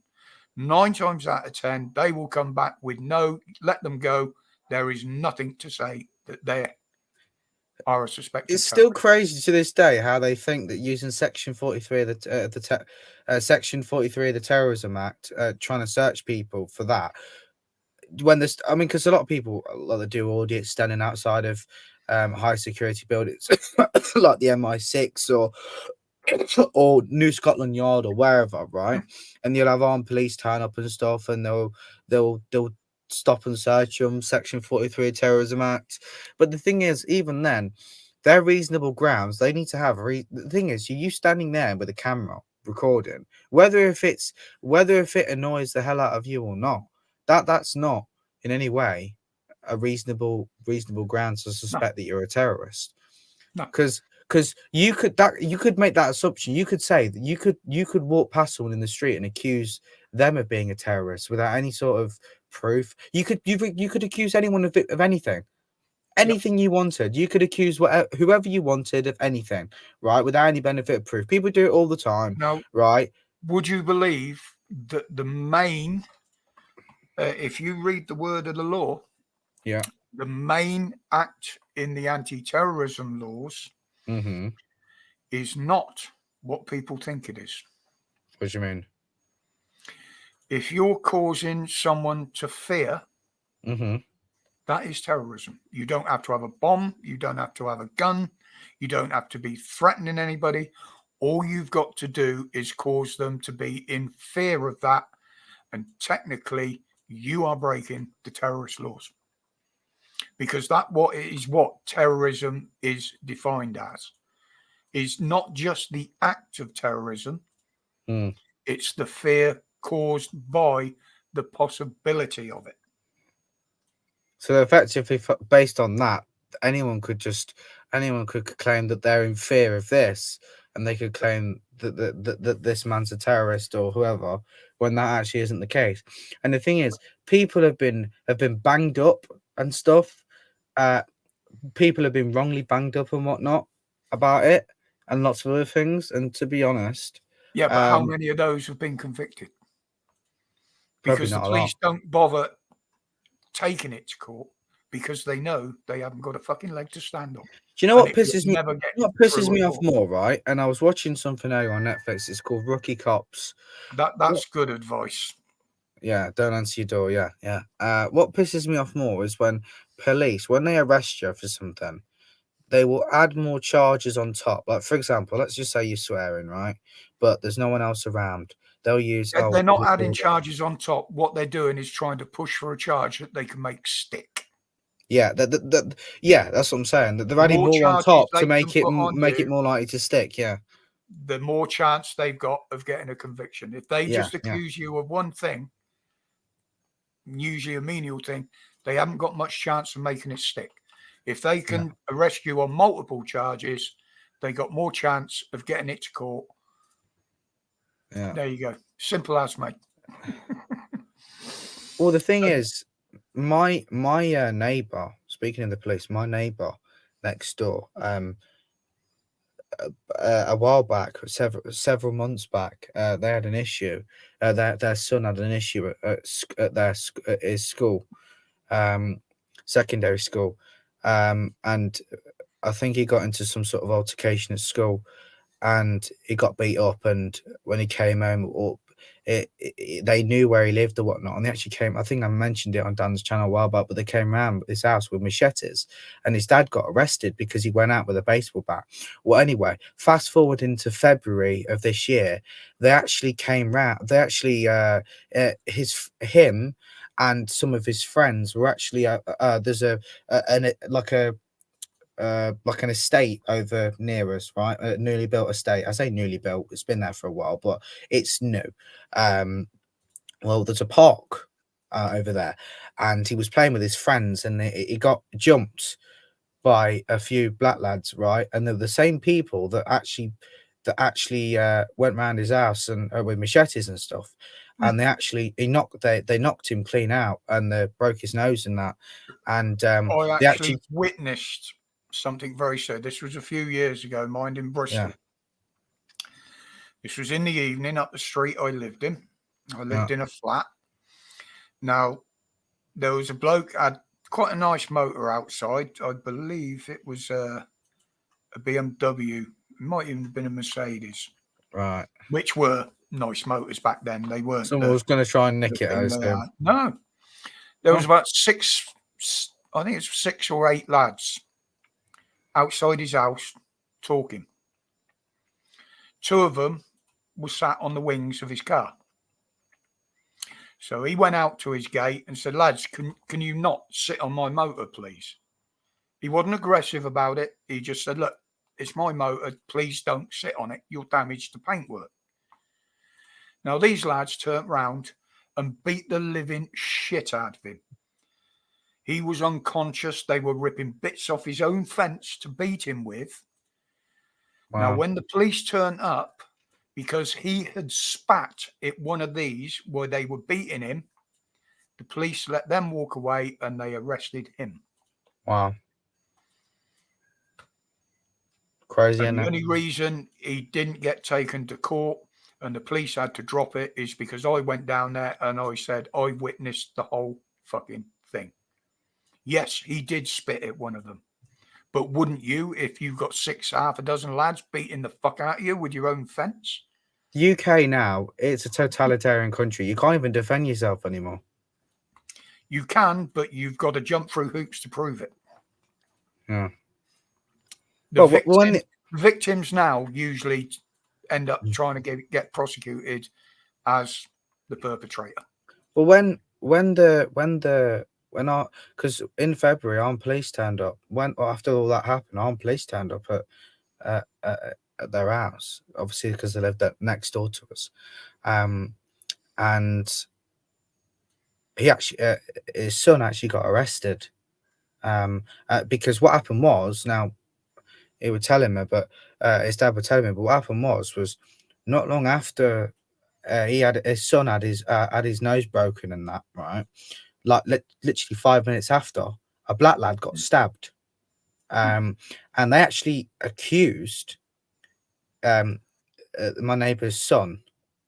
They actually accused him of stabbing this guy, this black lad, and he wasn't even around that area at the time, because he'd literally he was walking back home, FaceTiming his dad, and his dad wondering what the hell's going on, and he's got a broken nose and that. He's walking back, and armed police have turned up at their house and arrested his son.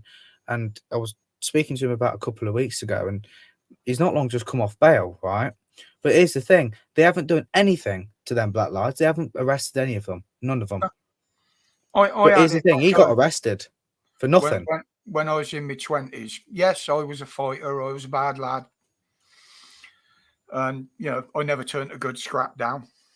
But I had two lads picking on me in a pub. One of them took a swing at me. I laid the both of them out, stone cold.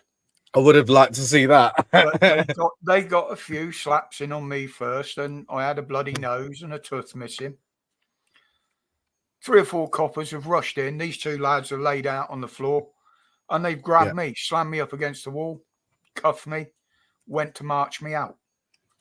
And the landlord turned around and said, "What are you idiots doing?"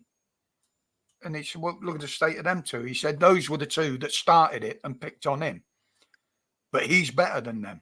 So why are you arresting him? He was defending himself." "Oh, well, he went a bit far." I said, "Well, one of them, I only hit the fucking once and he was unconscious. What am I supposed to do to defend myself? Sorry, don't do this, lads, please." They were warned by others in the pub, "Look, don't fuck with him. You could have got unstuck." Take care, Holler. Hope you feel better. Around the cheek. All right then, Holly. We'll catch you later, sweetheart. I'll catch up with you tomorrow anyway, I expect. Take care, love. We'll have a regular chat with Dan.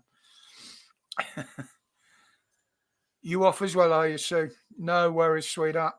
It is getting to be a bit of a one-horse show tonight, I'm afraid. They're moving now. So originally, my next door neighbour was going to move originally, but not because of this situation, right? They were going to move because it was something to do with their daughters. They wanted to move closer to their school or whatever, which made sense. But after this incident in February, they wanted to move because they don't feel safe around this area anymore. Yeah. Right? Now, I haven't been down that estate area. And I only ever used it to cut to shortcut. So if I wanted to get to the shops quicker, I only ever used it for that. But now I won't even go down there anymore. And after what I heard, I certainly won't be going down there anymore. You've seen in some of my early videos the area I live in where I used to walk about doing the videos. Now we've got a beautiful little walk out the back. It's literally 100 yards from the door. We go under a railway track. And you can walk for a couple of miles along there, and it's like you're in the countryside. It is a nature reserve. It's actually a nature reserve.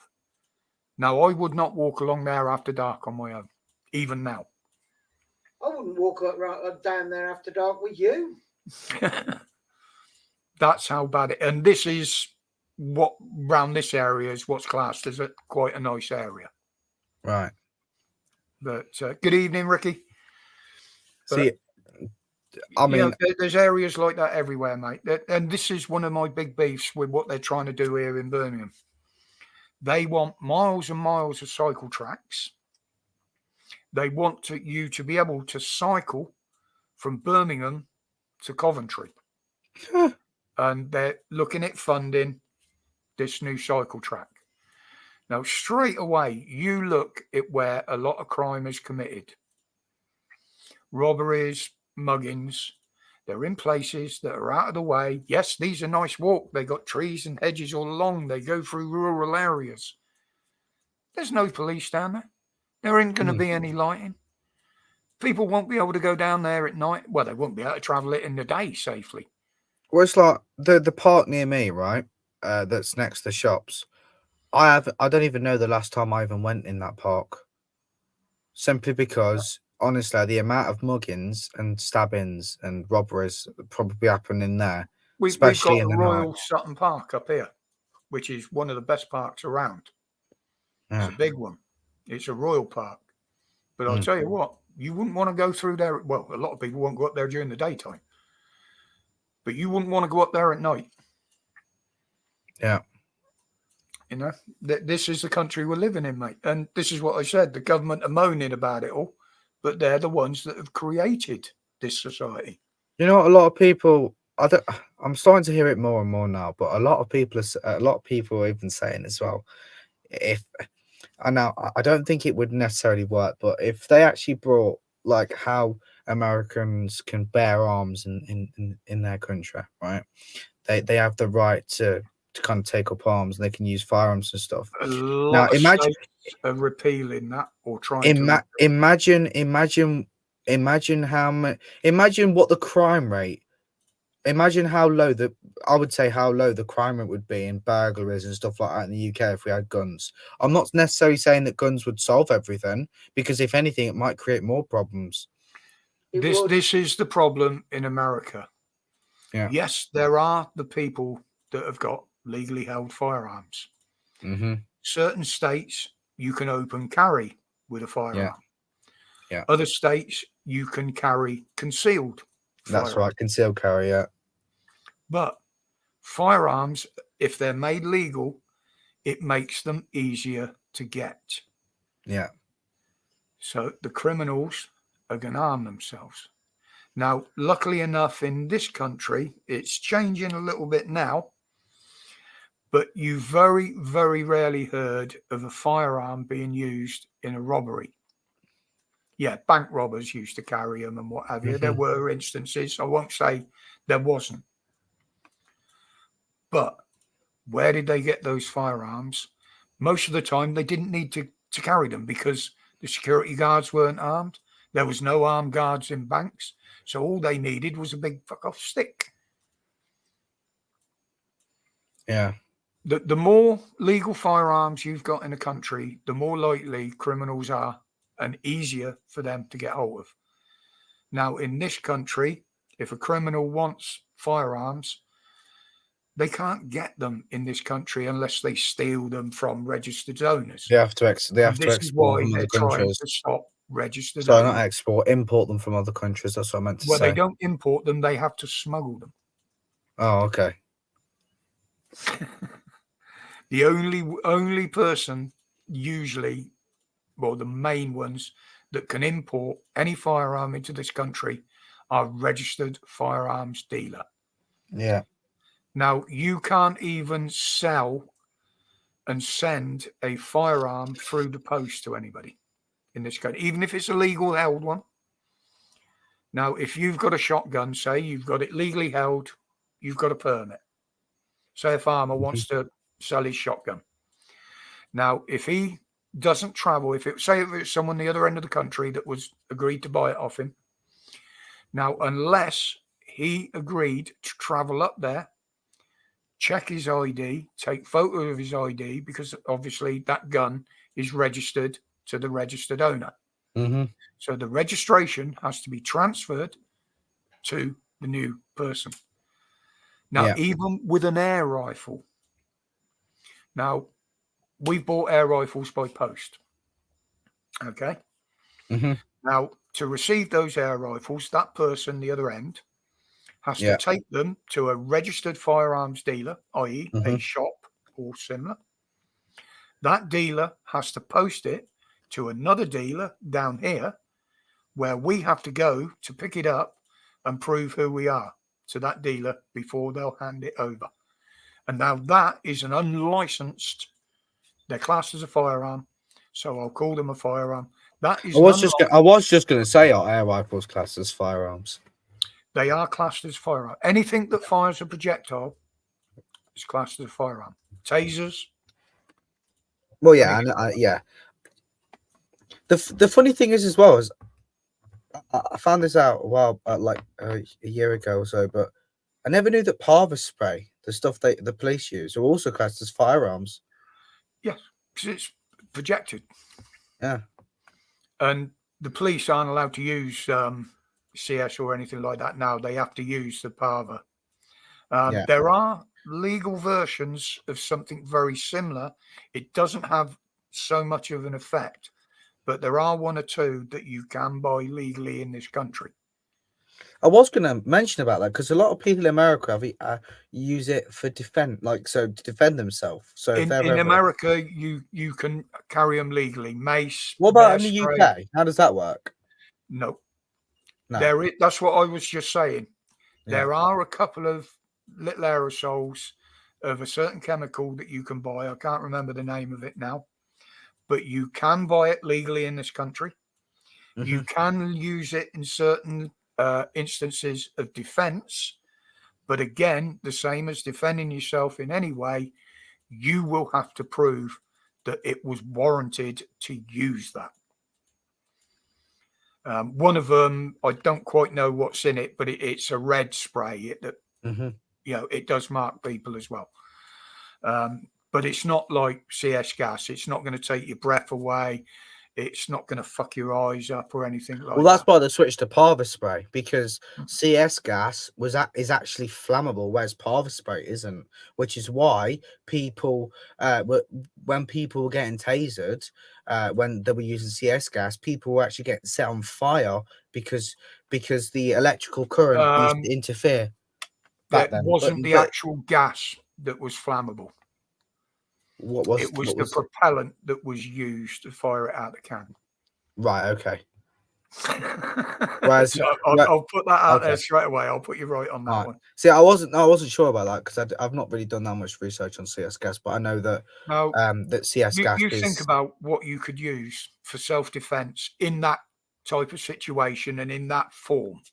Think Mhm. about what you can use for self-defense.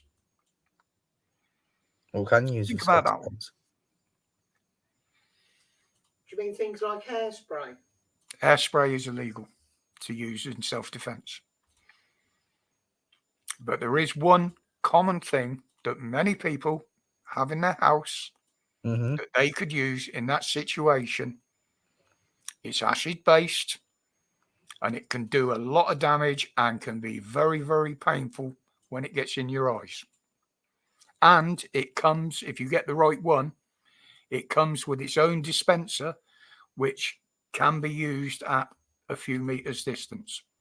So put bleach. I don't know. And it's quite small and it's quite concealable. Anybody in the chat? Not bleach, obviously. Yeah, that can be a very nasty. That is a caustic substance, so you could technically be done because that would be the same as throwing acid at somebody. Fairy liquid. Good go. It does have a certain effect, but my penis. Yeah, all right. Oh yeah, use your penis as defense. You sure? Pepper. There you go. Well done, Ian. Absolutely Lemon. well done, mate. Lemon juice. Jif. Well, lemon it's squeezer. acidic, isn't it? Lemon juice is acidic, isn't it? Have you ever got lemon juice in your eye accidentally? No, but I probably know. Well, I wouldn't recommend trying it. No, yeah. I know that I've heard that it's quite painful. Yeah. But at the end of the day, if I'm out and about, I'm more likely to have, I don't know, some body spray, some perfume, or some hairspray in my bag. I'm not going to walk around with lemon. But then again, that's Bleach Demons put that there. That's an old prison trick. Here's the thing I don't understand, because there was something a while back that you mentioned which has stuck with me, and it's the intent, right? So, for example, if you hit the nail right on the head there, mate. It's how the intent is perceived of something you've used in self-defense. It's like if you're at home, right, and someone breaks into your house, right? Now, Dan mentioned this a while back on the last live stream, or it was the live stream. If someone was to break into his house, he has got a baseball bat or whatever next to his door, so if someone breaks in, he can reach that. Right now, if you was to go for an item specifically in the house, also, so let's say they're breaking into your household and you're in the living room. Say you go into the kitchen and grab a knife, for example. Your intent is to use that knife, whereas if you was to pick up the item closest to you, if I'm right in saying, I think Dan explained it better, but the intent, although the intent is the same, it's not like it's not like you've gone for a specific item. You picked up the item closest to you, which you can then use for self-defense. Now the intent is to use it. Now, if they say they come in and try and attack you, and then you use it, right? You are then defending yourself. But if you attack them first, that's not defense. That's not self-defense. Even if you're defending yourself, if you've got a baseball bat behind your door, Yeah. the first thing they're going to ask you is, why have you got a baseball bat behind your door? You don't play baseball behind your door. That's true, yeah. Where's your ball? Where's your glove? Yeah, I get what you're saying, yeah. Do you know the biggest one that could be used for that again? What? How many older people have got a solid walking stick, a solid wood walking stick? You get smacked around the head by a hard wood walking stick, mate. You know you've been fucking hit, believe me. Yeah. And there's one that's even better. Now, this is going off totally on a tangent here. Now, you've seen these walking sticks that look like balls. Mm-hmm. Yeah, little balls going up the stick. And do you know what they actually are? Yeah, they're for the blind, aren't they? No. Oh, sorry. I thought you were talking about them. My apologies. No, they're a normal walking stick, and they've got balls. It looks like balls. It's sort of. Isn't it something to feel the ground? No, it's not. No. They're actually a tanned bull's penis. Oh, what? And what they used to do to make walking sticks was tan this stuff, roll it up a stick, or in a lot of cases, a metal pole. Yeah. And they'd wrap this bull's penis up that. Yeah, lots of people have got those, love. There you go. Wow. There's another useless bit of information. Sure. Yeah, perfect. A shillelagh. Hawthorne stick. But again, it's whatever you use to defend yourself. But the thing is, though, if someone comes into your house, right, like this is what I've never really been sure about. Say someone wants to break in, right? How would you be able to legally defend yourself? If you picked up a random item that would hurt for somebody, that item isn't placed where it is for defense or to cause harm or anything like that. You'd have to prove it in court. Cup of coffee. You know, if you got perfect example, a hot drink. Now, if you've got a hot drink on your table and you've used that to defend yourself against attack, they couldn't say that hot drink was placed there specifically for defense. You've just picked it up and used it in that fashion. Now, if you've got a baseball bat laid on your table and you're not playing baseball, you've got to have a reason why that baseball bat is on your table. Yeah. And like you said before, it's about the intent. Yeah. And the only thing is, in law, and it goes with all members of the public, you are only allowed to use a force one level above the force that's being leveled at you. What do you mean by that? Now, if you're in fear of your life, okay, you are legally entitled to use deadly force. If you are in fear of your life, if someone is stood in front of you with a knife or a gun, and you've got something there legally that could kill that person, you can kill them. But you will be prosecuted to the hilt if you can't prove that your life was in mortal danger. I like Yeah. Leach's idea. Make the sandwich. Baseball bats is my next time I was having a search when the burglar arrived. Yeah. Out of a thong when you can't defend yourself. I know. No, if you defend yourself and you've hurt somebody, you've got to prove that you were doing it in self-defense and that you didn't go too far. And that's why I said those coppers were trying to say, well, I laid them two lads out. Well, I only went as far as I needed to go to defend myself. If one of them had a glass jaw and he got knocked out at the first swing after he hit me, well, that's his fucking lookout. Yeah. Now, if he was on the floor unconscious and I walked up and kicked him in the head or hit him with Now something, that's different. that's different. That's an assault. Because at that point, that's not self-defense. That's No, that's assault. that Out and yeah, out assault. retaliation, effectively. Yeah. Yep. And this is a thing that you've got people need to understand, you know. There are ways and means of using the law, but you've got to stay within the limits of what you're allowed to do. Mm-hmm. Same, you know, any good doorman is taught this, not these fucking idiots that get SIA badges now just at the signing of a thing. When the training was done properly, you were taught this before you were issued with a license, exactly how far you could go, what you could do. And you have to warn them before you start. Yeah, and you have to warn them before you do it as well. You know, and this is why a lot of the auditors pick up on this when people touch them or come to them aggressively. I am right in saying, though, do you know the SIA license badge, the badges, they have to be displayed at all times. While you're working. Yeah. So, okay. So if they're working, say they're doing a licensable activity, but they're not in the, i.e. they're not constantly in the, like, they're not in the public domain. So they're not in any public areas or not. What I'm basically saying is several different types.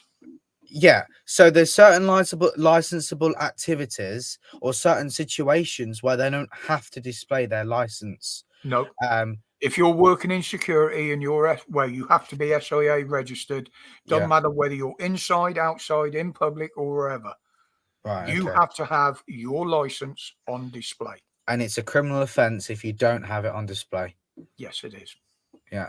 And the thing is, SIA license holders always get this wrong, and they always say, "Oh, it's not. I don't have to display it. I don't have to show it to you." Well, you don't. You may not have to show it to me, but you are legally required to have it on display. And if you don't, then you can be arrested. But here's the thing: police, why would they want to arrest? Why would you get what I mean? They don't. What have you ever heard of a situation of where they've arrested someone with an SIA badge that they've failed to display? I haven't heard of one. They very rarely arrest them, but they will warn them, and they will put them right. Yeah. If there was one, the police tried to arrest a homeless guy. Oh yeah. And he was kicking off. They called the police, and he said, "Well, I didn't know they were security." And he said, "Well, why didn't you?" He said, "Because they haven't got their badges. I can't see any badges on them." At this point, they were just normal members of the public. He turned round and said, "We don't have to have them on display." Yeah, you and do. The copper turned round and said, "Actually, you do. So get them out now and put them on display." And the thing is, they're actually taught this information. The SIA, the security guards are actually taught this information even before they apply for their badge. Because when they go to the website and actually apply, they have to know this information. Yep. And not only that, they're also taught during the course. Not always now, mate. Not always now. Maybe back then, but now, no. You look at the state of the people. And I'm not talking pubs, clubs. I'm talking people around the immigrants, hotels, industrial estates, businesses. Yeah. Most of them that are on their SIA badges now are foreigners.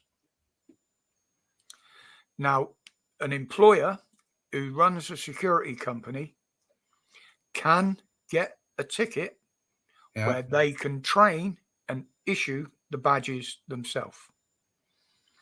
Now, part of the SIA course used to be you used to have to do first aid. Mm-hmm. You had to know the ins and outs of certain laws, what you could do, what you couldn't do. And that was all done in public training. I mean, the first aid they used to do at the college where I renewed my first aid certificate, Mm-hmm. because we had 3 guys in there doing the course for the SIA badge. Mm-hmm. But these companies now that can do this on their own back, all they do is they get a load of them in. Right, yeah, what's your details? Yeah, you passed it, you passed, and they'll get issued this ticket. They'll get issued their badge. It's a shame because there's a lot of things how, like the SIA, for example, how back it, or maybe 5, 10, maybe 15 plus, however many years ago, when you actually had to do a lot more stuff and you actually learn a lot more when doing these courses and stuff, compared to now where it's all online and it's all multiple choice, like we once just said, and stuff. Like she's put there, half of them can barely speak English. Well, to do the course, you had to speak English because you had to answer questions and understand the questions. Now they don't. So good night to that. And a lot of companies now, a big one, this was exposed when they first started putting a lot of the immigrants in hotels and camps. There was a lot of companies, big companies that got very, very big, running security and providing security. They were printing their own fucking badges. They weren't even registered. But because they had a blue badge on, everybody assumed they were. Isn't that classed as it's fraud? Not fraud. Oh, which is about, yeah, I'm right then. Fraud, yeah. Fraud by deception. And this is what I mean. You know, these are the things that people don't see and don't understand. Like, yeah, you could have an SIA badge, but that doesn't always entitle you to work in the areas you're working. Mm-hmm. Now, there's a supervisor's badge, as it's called. Well, it used to be when I was doing it. A supervisor's badge gave you the right to be public facing, like at a nightclub, outside, on the door, checking people as they come in, whatever. Then there was a separate one if you were in-house, inside. I believe now there's even a separate one, like a lot of them do, that are working in public for councils. That is, again, is a different type of SIA badge. Yeah. Or card. I quite know how it works. I can't swear to it because I haven't had one for years. Obviously, at my age and fitness, I gave up security work and door work a long, long time ago. Yeah. But Craig, that was in the chat earlier, my mate there from down in Cornwall, he was registered doorman. Because him, me, and one of our other mates, Rhino, they used to call us the Three Amigos.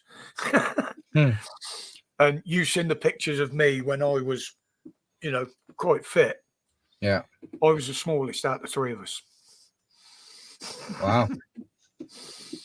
But we used to have Rhino for nothing. We used to have one of the best run doors in Newquay.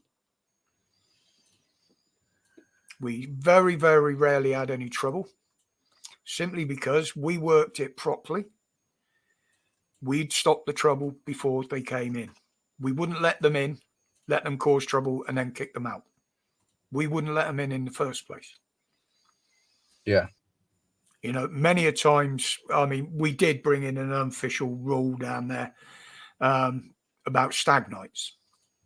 Yeah. A lot of pubs won't entertain big groups of lads because it's just too much. They might be nice as pie. I mean, we had a bunch of rugby lads in there one night. Oh, this is going to go fucking mental. But they were absolutely brilliant.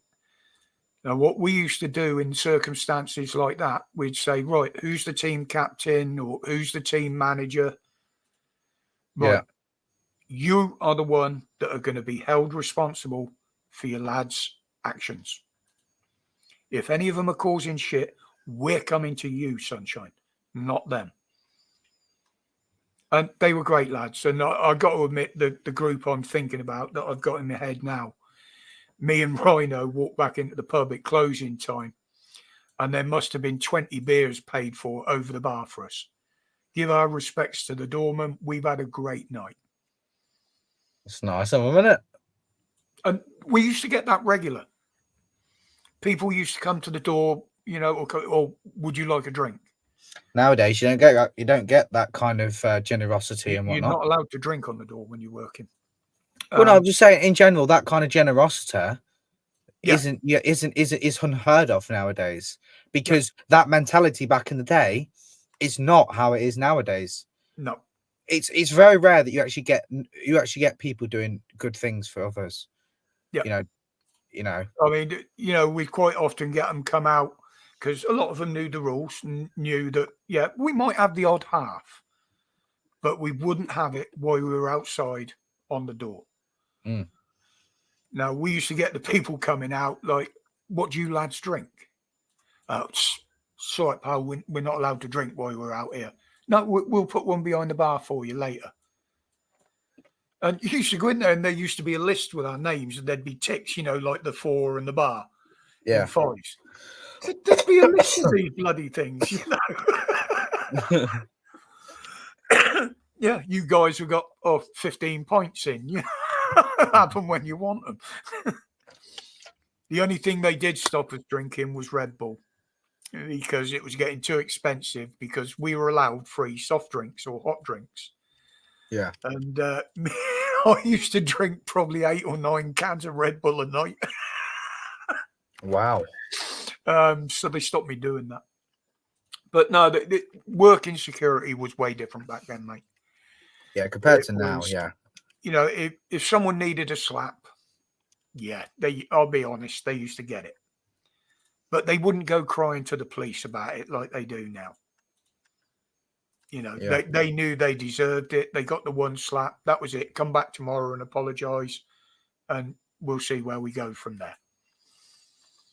You know, I mean, some of the stories I could tell you from the door. I mean, Craig could back me up. He used to be fucking hilarious. Now, I'm not homophobic. I'll pick this one because it was quite funny. Yeah. No, I'm not homophobic. But there was 2 lads. We were told we were in the toilet together in the cubicle. Door locked. So we went in and stood there for a few seconds, and you could hear what was going on. And it was quite obvious what they were up to. Yeah.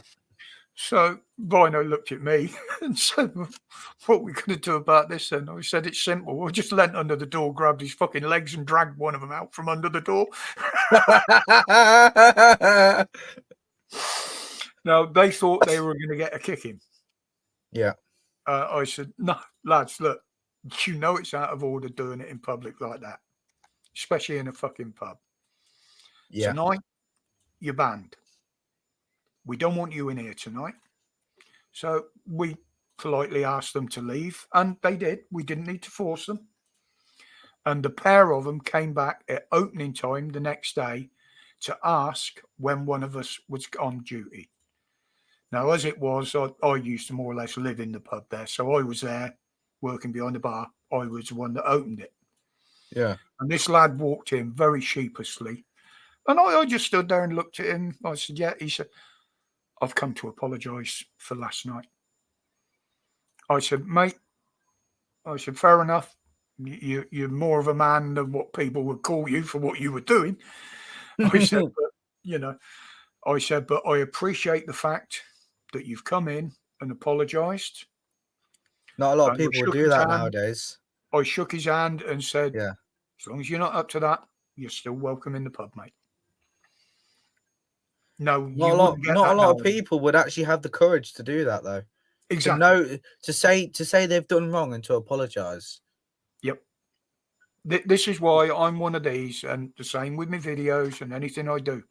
If I'm in the wrong and I'm proved I'm wrong, I'm the first one to put my hands up and say sorry and admit I got it wrong. Yeah. It saves a lot of misunderstanding, and it saves a lot of nastiness afterwards as well.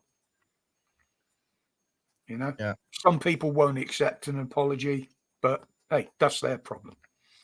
Well, You know, it's like, you know, the whole, you know, when people say I'm offended and stuff like that, when people say that, and I always say to them, we don't give the offense, you take it. If you want to take offense to things, that's up to you.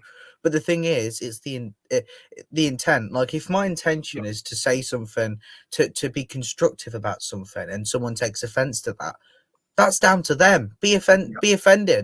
if you say something and and you deliberately do it with the intent of causing an offense, Now that's a lot different. Yeah. Offense, it's a different word, isn't it? Causing offense, that is different. And nowadays, that's what they class as a hate crime.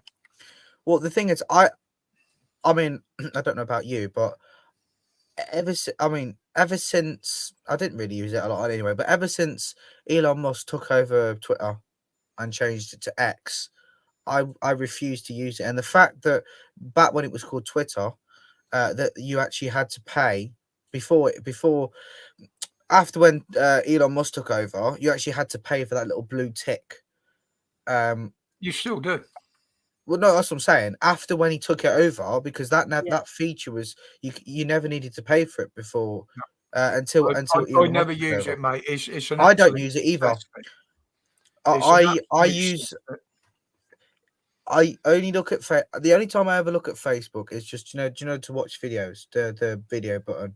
That's all I ever really use it for. I don't use it for anything else. I'm not even signed up for it. I don't go anywhere near it. If I get people send me links to videos and things on Twitter, I don't even go and look.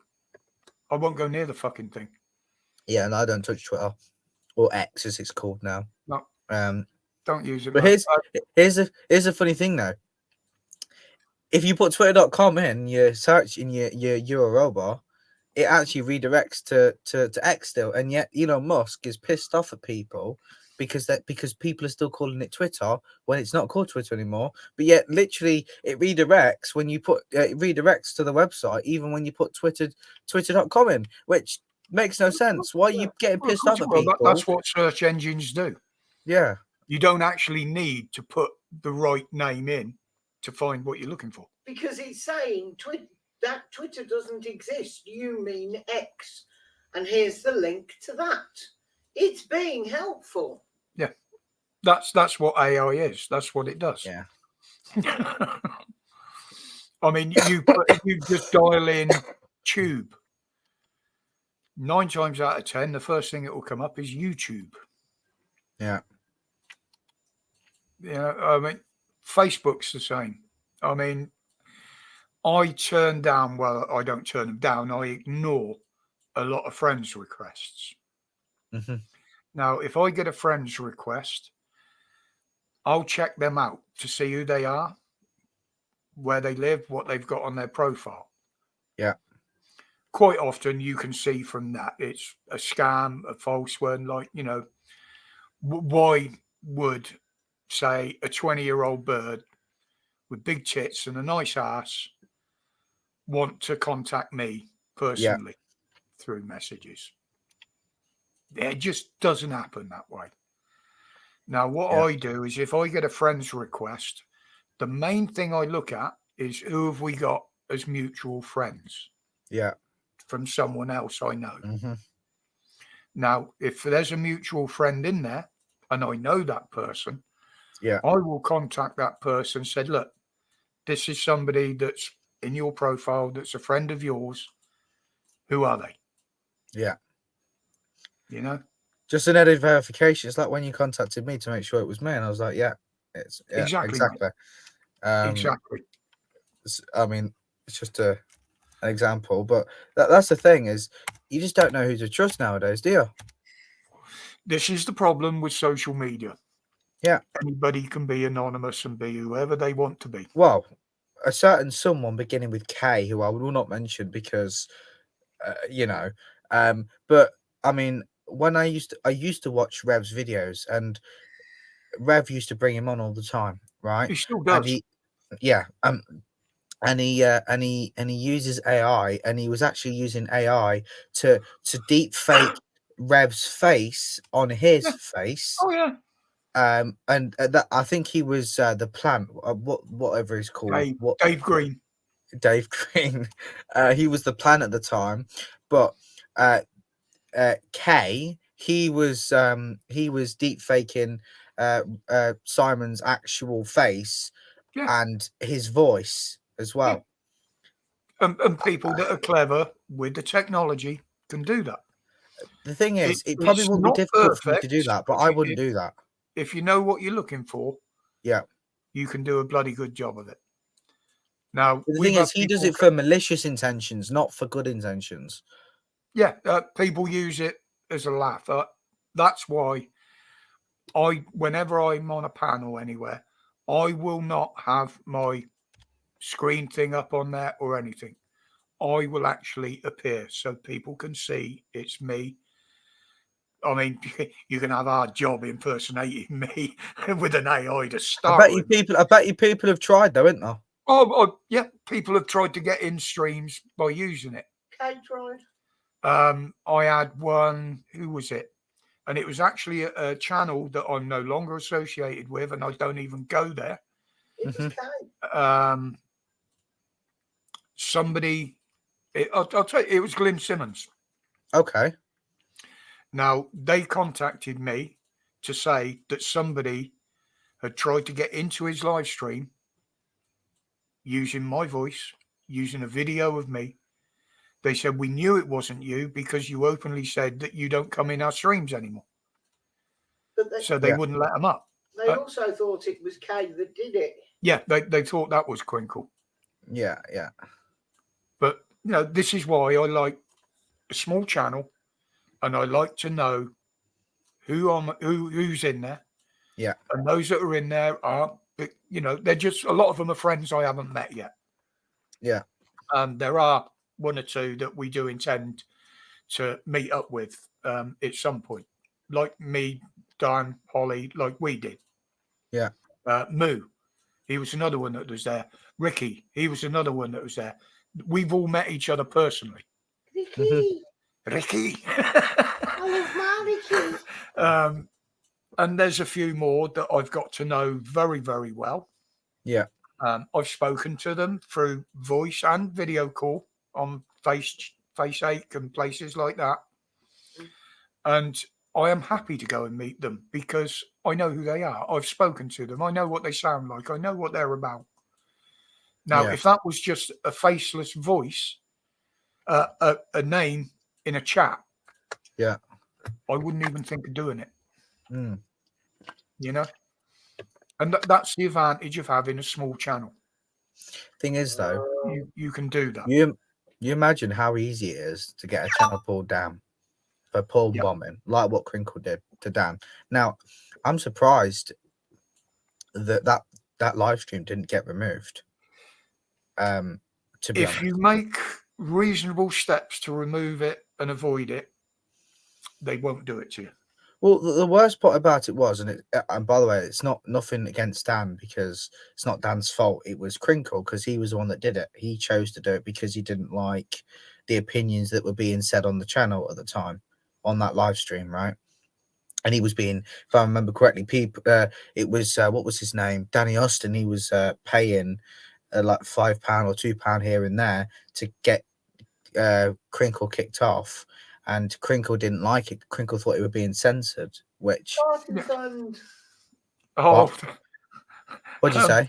No, that was... that was the party fund. That was the first birthday party when we met up. Yeah, that's what I'm saying. Yeah. So Danny Austin was paying money here and there. Yeah, to kick Crinkle off for 10 minutes. Yeah, and that funded a lot of the drinks. The whole party, mate. We drank for free, all of us that night on that. and we did actually give a toast to Crinkle and thank him, didn't we? When we were shouting. But somebody paid for Dan to boot himself, and he did. Yeah, somebody paid Dan to come down, get off of it Really? for 10 minutes, and Dan Yeah. took himself out for 10 minutes. Oh, You know, it was done in jest at that point. It was all fun, and for him to take offence was just stupid because it was just a bit of fun. Yeah. So the thing is, we don't he talk about- he we took don't revenge. we don't talk about. Yeah, people we like don't that, we you don't know, talk about the trolls in here. Yeah. I've left them Don't way bring it behind. in. But the good thing is though, right? The unfortunate thing is that particular situation. Bearing in mind that I would say what he showed was bad, right? What he showed was absolutely filthy. It was disgusting, right? Now, obviously, there's a lot worse. I mean, it's obvious, but there's a lot worse. Like, there's even more gore and stuff on YouTube and You can whatnot. report it to the police, and you can Yeah. report it to YouTube till you're blue in the face. Come on, A lot of the time, They I've do nothing. reported videos before for being harassment or abusive, Yeah, and guess and they what? won't do YouTube nothing. won't do nothing. Yeah. No. So what's the point of having a report button if it even if it does break the community guidelines, they won't do nothing. If you're stupid enough, no, I will give the name because I don't speak to the guy and I don't go on his channels, but he knows where he went wrong. Apparently, Mhm. was Mark Kelly. Yeah, I know what you're Now, going to say. Here now. everybody knew what Crinkle was like and what he's Yeah. capable of. He was Now, stupid enough to why go would away from you the computer. Walk away from a live stream Mm. with nobody in charge of it and leave fucking Crinkle on there. He was dumb. I know. So Mark lost his channel because of it. He got pulled down, and in my opinion, rightly so, because he was stupid enough to do that. The thing is, I mean, some of his opinions weren't exactly welcomed either. But aside from that, aside from what his thoughts and opinions and stuff were, whether people agreed with him or not, the fact that he was gullible enough to leave Crinkle on a live stream and then walk away from the chat from the Exactly, mate. from the Exactly. computer for 5+ minutes. I'm sorry, but you've only got yourself to blame. You've only got yourself to blame. You cannot blame anyone else but yourself. Well, I've That's only had one or two people in the panel since I started doing lives that I didn't know who they were. Yeah. I think you have been Yeah, porn I bombed once or twice, insisted haven't the you? same as Dan does. I want to see your face in the back room.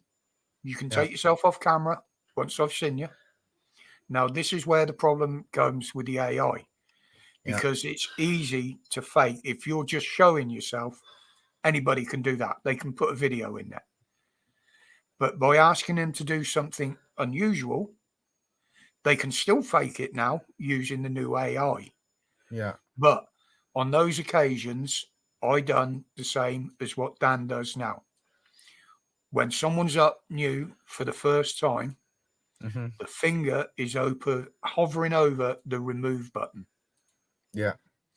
Luckily enough, Dan has got Holly is also an administrative moderator in his StreamYard. Yeah, that's right. So if Dan's got his back turned and Holly's watching, she can dump somebody off the chat, like she does with Dan quite regularly. Yeah, it's very funny when she does it to Dan. Yeah, but that's all done as a joke, and they do it that way, and it gets taken that way. Yeah. You know. But this is what a lot of these drama streams don't do. They encourage this shit, and yet they get a lot of views because there's a possibility of something bad going off, and that's why I don't bother with them, mate. The thing is, right? That's why I don't bother. Anything drama related, right? That's because a lot of these audit channels. I will say, sorry, Jack, before you go on, mate. We're getting close to 10 o'clock now. Oh yeah, 7 minutes. And as you can see, my eyes are starting. Yeah, I'll make it brief. But I've always said that the auditor channels, all of them, every single one, even DJ Audits, right, who I think is the better one out of most of them because of the way that he actually interacts with people and stuff. Now, I don't necessarily agree with auditor channels because of what they do, right? They go out there looking for a reaction, right? It's a side project. They're making money off of other people's businesses and things like that. It's none of their concern. It's none of their business as to what they're doing. And the thing The is, when they one, say, "Oh, they're auditing the channel," they're not doing anything. Not there's a auditing the lot of channel. them I won't watch. Yeah. If I do watch them, I very rarely comment. Simply for that reason. There are a lot of them that I know and have watched them go out there and deliberately provoke the reaction for views. Yeah. Now, if the police had any fucking brains on them, they know they're doing it. They know why they're doing it. Yeah. All they've got to do is walk away and ignore them. They wouldn't get the views. They would walk away. But there are other ones that go into a situation unknowingly and it turns into an audit because of the way someone's reacted to them in public. Yeah. Now, there are good ones. There are bad ones. Yeah. I don't usually. There are one or two that I will make comments on their channel. Not derogatory ones, because I believe the way they're doing things, they're doing it for the right reason. You know? And it just depends on the situation. But yeah, there's good and the bad. And Nathan, we ain't far off shutting down, buddy. But yeah, that's me. You know, I watch all sorts. Bleach Demon, I know who you're talking about. I'm not going to say the name, but I know who you're on about. Yeah. There are people like that out there, unfortunately. Yeah. There's some that like the confrontation. It's toxic. It's toxic behavior. If you enjoy drama and you're fueled by drama, you are in a toxic community. Simple. Yeah, but Simple a lot as. of these won't. If there's drama in public, face to face, they won't get involved because cowardly behavior. That's what it is. Yep. Exactly, mate. Exactly. There's a big difference between standing up for yourself and just being nasty. Yes, of course, Bleach Demon. She that won't be named. Right, for good reason. I'm going to call that, Jack. Yeah, that's fine. Obviously, before I go, everybody that's took part tonight, absolutely brilliant. As I say, I try to keep this as one of the most respectful lives that are going. I'll let Paul up for a minute. Evening, Mucker. I'm just saying all the goodbyes. How are you all keeping there? Yeah, brilliant, mate. I'm just saying it is so that this is why I enjoy these streams. Sometimes they can be a bit boring. Sometimes they can be a one subject thing for most of the night.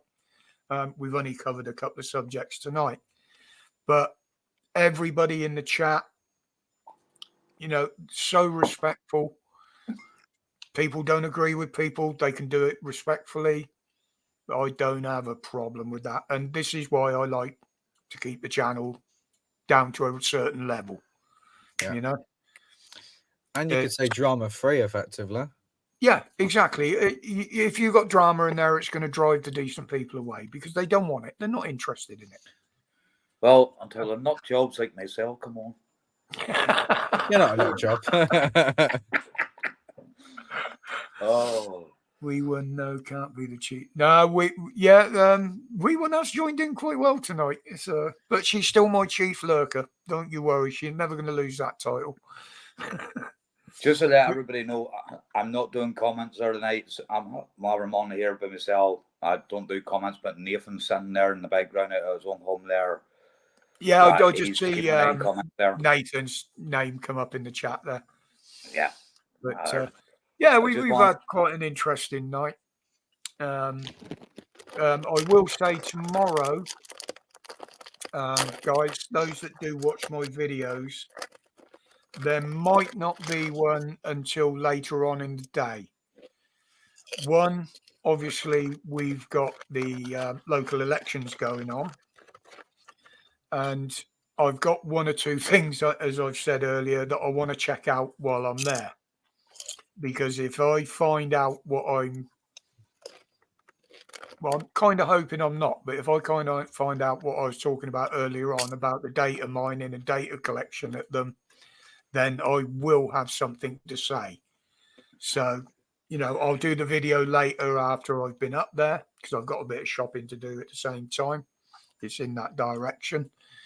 And I'm going to want to leave doing the video until later on in the day in case there is something like that I can put in the video. Because Don't it'll go- be don't go relevant about to and vote. today and relevant to what I was talking about earlier.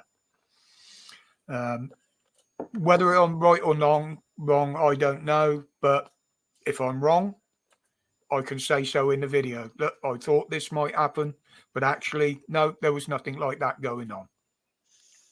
You can't report on information you haven't looked at. Exactly. And I don't. That's why my videos are near enough 99% factual, is because I check out everything I've put into that video before I post it. Well, I actually check it before I even record it. I don't make a lot of assumptions on it. So, and that's why I haven't done a lot on this incident in London, because there isn't a lot of information out there. And this is how the conspiracies start. If you haven't got the information, people are going to start making their own minds up, and that's where it all goes tits up. And a lot of the information that's coming your way is hearsay. So Exactly. Like yourself, Paul, the videos from over your part of the world there. Now, a lot of people are showing and saying what is going on down south. Yeah. Now, I That's get only some of the videos videos. and information from my family members that are over there. Now, I trust those people. I still don't show a lot of videos on what goes on over there, and I don't talk about it a lot. You know simply what? because Big it works respect to for you there today. Big respect to you there today for posting them couple there up on your own Facebook. yeah, it's- Big thank you. if I'm convinced and I'm sure about something and I've checked it, I'll quite happily post it, mate. I can't Quite happily post it. I can't get the other part two of that. TikTok keeps pointing out down on me because there's another wee clip what I put on the end of it with one of these migrants down in Killarney doing a live stream. It's probably been censored by the platform, and they Well, probably won't let anybody put it up. because the HC makes a threat in Killarney that he is prepared to bomb Killarney. There's a lot of information I've been sent from down south over there. Some of it I can't corroborate, so I don't talk about it. I don't repost it. I don't share it. No, I see the. Forgive me, I'm using the wrong word. I don't want to offend anybody. The coloured lady there became mayor up in Londonderry, Derry. Like that there. I think it's down in Dublin. I'm speaking to another wee woman that's running candidate down there. Over her name's XED. She does she's big down there on Over D Wall on Instagram. The police has went after her and trying to get her jailed. They're all against her. Fantastic wee lady. She let me know about Sinn Féin's begging a coloured lady there down in Dublin from the Congo that does not speak a word of Gaelic and does not speak a word of English. So how the hell is that going to speak in the Dáil? Well, as soon as I saw that video, because Rotten Politics put it up, the first thing I did was contact my cousin and sent her the link to the video. Yeah. In Northern Ireland. I said, can you corroborate that this is fact? Within seconds, I got a message back from her saying, absolutely. Yeah. And I said, right, I've got no problem with sharing that whatsoever and making her look for what she is. But I wasn't going to do that because obviously the first thing that's you're right wing, you're a racist, you're against it because she's coming, which I'm not. If I thought she was the best woman for the job, I'd say, okay, absolutely fine. Give her the fucking position. No, I've been down. As soon as she come out with that speech, Fuck off. No way. I've been down around your neck of the woods there, down Holford way, down the big Villa Park. Down it used to be Smith and Nephew. That there big warehouse, and there's a lot of coloured guys on there, motor. And I'll be honest with you, growing up here, there wasn't a lot of coloured people here. But whenever I went to England, I find it strange. But man, the people I spoke to over there never had a problem, and they were brilliant people. Well, Brilliant have people. you ever heard to what that demographic call the blues? You quite often around the areas where they live, Sorry, John. the word would go round, oh, we're having a blues party. And literally it is a name for a party. Now, we used to get a lot of them around Oxford when I lived back home. 9 times out of 10, I got an invite. Yeah. I'd walk in and the whole house would be coloured people. Did you see the wee video? And I didn't have a problem with it. Did you see the wee video I put up there? There's a coloured guy there. He's actually Irish, and he does the tour all around Ireland. He's been up around Northern Ireland. Now, give him his dues. He's got the balls here to wear a GAA top and go up the Shingle Road in Belfast to wearing that there and go on with the Shingle. But it was a wee clip I put up. I don't know what town he was in here. He walked up to the police because, one, Protestants are called black bastards here in Northern Ireland, excuse my language. The police are also called black bastards here. Now, the coloured guy there, his name on TikTok and Facebook, it's Black Patty, he calls himself.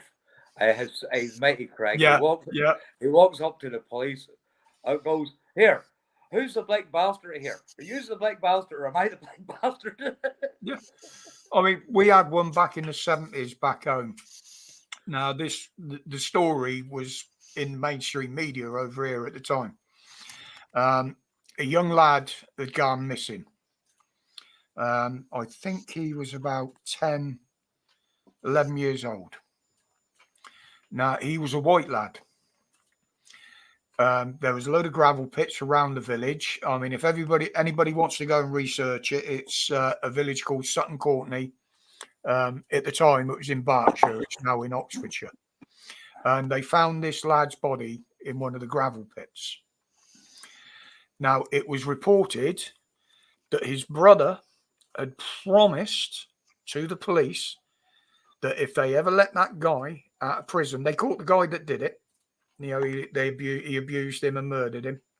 He said, if you ever let that guy out of prison and I hear about it, I'll be waiting at the gate and you will give me life, he said, because I will fucking kill him. Now, this guy was called Sooty. Black as the ace of spades. He used to go on the National Front marches. And they said, you know, and he was a great lad. He was a good mate of mine. And it screwed him up. It really screwed him up. It was his stepbrother. It wasn't his actual physical. It was his stepbrother. And yeah, he lost the plot over it. Sure, look, that wee lad here that was found murdered there.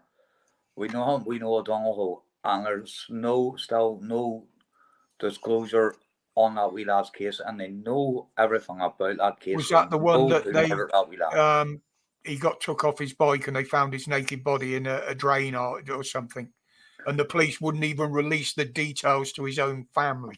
Yeah, there's that. Yeah, I remember that. There's the police are still trying to cover this up and still hiding. Yeah, and the family is still trying to find out what happened to him, aren't they? Yeah. I know the case, mate. I remember it clearly. Even down to the coroner, the inquest was meant to be there within the past couple of weeks, and I've heard absolutely nothing about it at all. Yeah. And this happens all over. Right, guys, I've got to shut this down. Paul, sorry you came in late there, buddy. Nope. My apologies. I got posting you up a wee bit late there earlier on. My apologies, Motor. I get busy. I'm just wanting to bounce along and more or less shouting a quick hello to you, sir. No, I don't want to be ignorant there. Just got tight up there. But I'll bounce on out here anyway. Let you two finish up. Thank you, Jack. You take care of yourself, my man. All right, thanks, mate. Pleasure as usual. Yeah. Give the rest of the family my love, mate. Will do. Thank you so very, very much. Brilliant, buddy. Catch up with you later in the week. Have a good one. Yeah. Take care. Up to Keep you. yourself safe, mate. Keep yourself Take care, safe. All the best. See you. Bye. Take care. Bye, Mrs. W. See you later. Right on, mate. Right on, guys. That is it. Again, I'll reiterate, thank you for being such a respectful bunch of people. It is appreciated, and I do appreciate the support you give me on this channel, believe me. And I never ask for anything, and I never will. So those that did offer and have offered, and I do get a few, thank you very much. But I do respectfully decline those offers. It's just a personal thing to me. I never set out to make money or accept money for this. You know, I'm doing it off my own back. Yes, I've been given the odd bit of equipment, but people have said, oh, you could do with this. Do you want it? You know, and that is absolutely brilliant. You know, that's the sort of thing I'm about. And I pass on equipment on to other people if I've got it. But thank you guys for everything. Don't forget Friday, 7 o'clock, the lovely Mrs. W is going to do her first live. We don't know how it's going to go. She doesn't even know what she's going to talk about on it. But she's given it a go, and big up to her for that. And I will support her in it the same way as she supported me with this channel. Absolutely. So any ladies want to come in on that? Anybody's welcome in the chat, obviously. But she's going to try and keep it, to start with for now, as the girlies only in the panel. We do know, she said it herself, there are people that are about nervous about coming up, chatting. If you are nervous, we will do the same. Of check you out in the back room before you come up on the panel, so you don't have to show your face. No. You can put your own profile up, but you Don't know what will that be was. checked out. You haven't scheduled it, have you? No. So you can't put a link up for it. Yet? No. Oh, that was supposed to be my YouTube link. Oh. God knows where it was, where he picked up the StreamYard link from. This is my tech Yeah. support here. When I've done Control C and There you Control go. V, and That's I a ended up link with the to her StreamYard channel. link. I will put the link out Friday if I do a video Friday in the video. No, you don't have to ID as a woman. You don't. It's for everybody. But if we end up talking about girly stuff, don't come crying to me. But There you're you more go. likely to talk about girly stuff than we are. Well, I do know quite a bit about it. Not you, him. No. Mind you, investigating facts could be interesting. But that's another night. I won't talk No. about that. But thank you, guys. I'm going to call that it. I'm going to have a quick bit of supper, and my eyes are starting to shut already. So, and What then we I'll be having? off to bed. Well, I don't know yet. But until the next one, guys. Thank you, Jack, for dropping in on the No panel. worries. No And worries. as always, stay safe, stay strong. Stay free. The only thing to fear is fear itself. Respect, everybody. Thank you for being here. Good night, all. Catch you on Friday. Take care.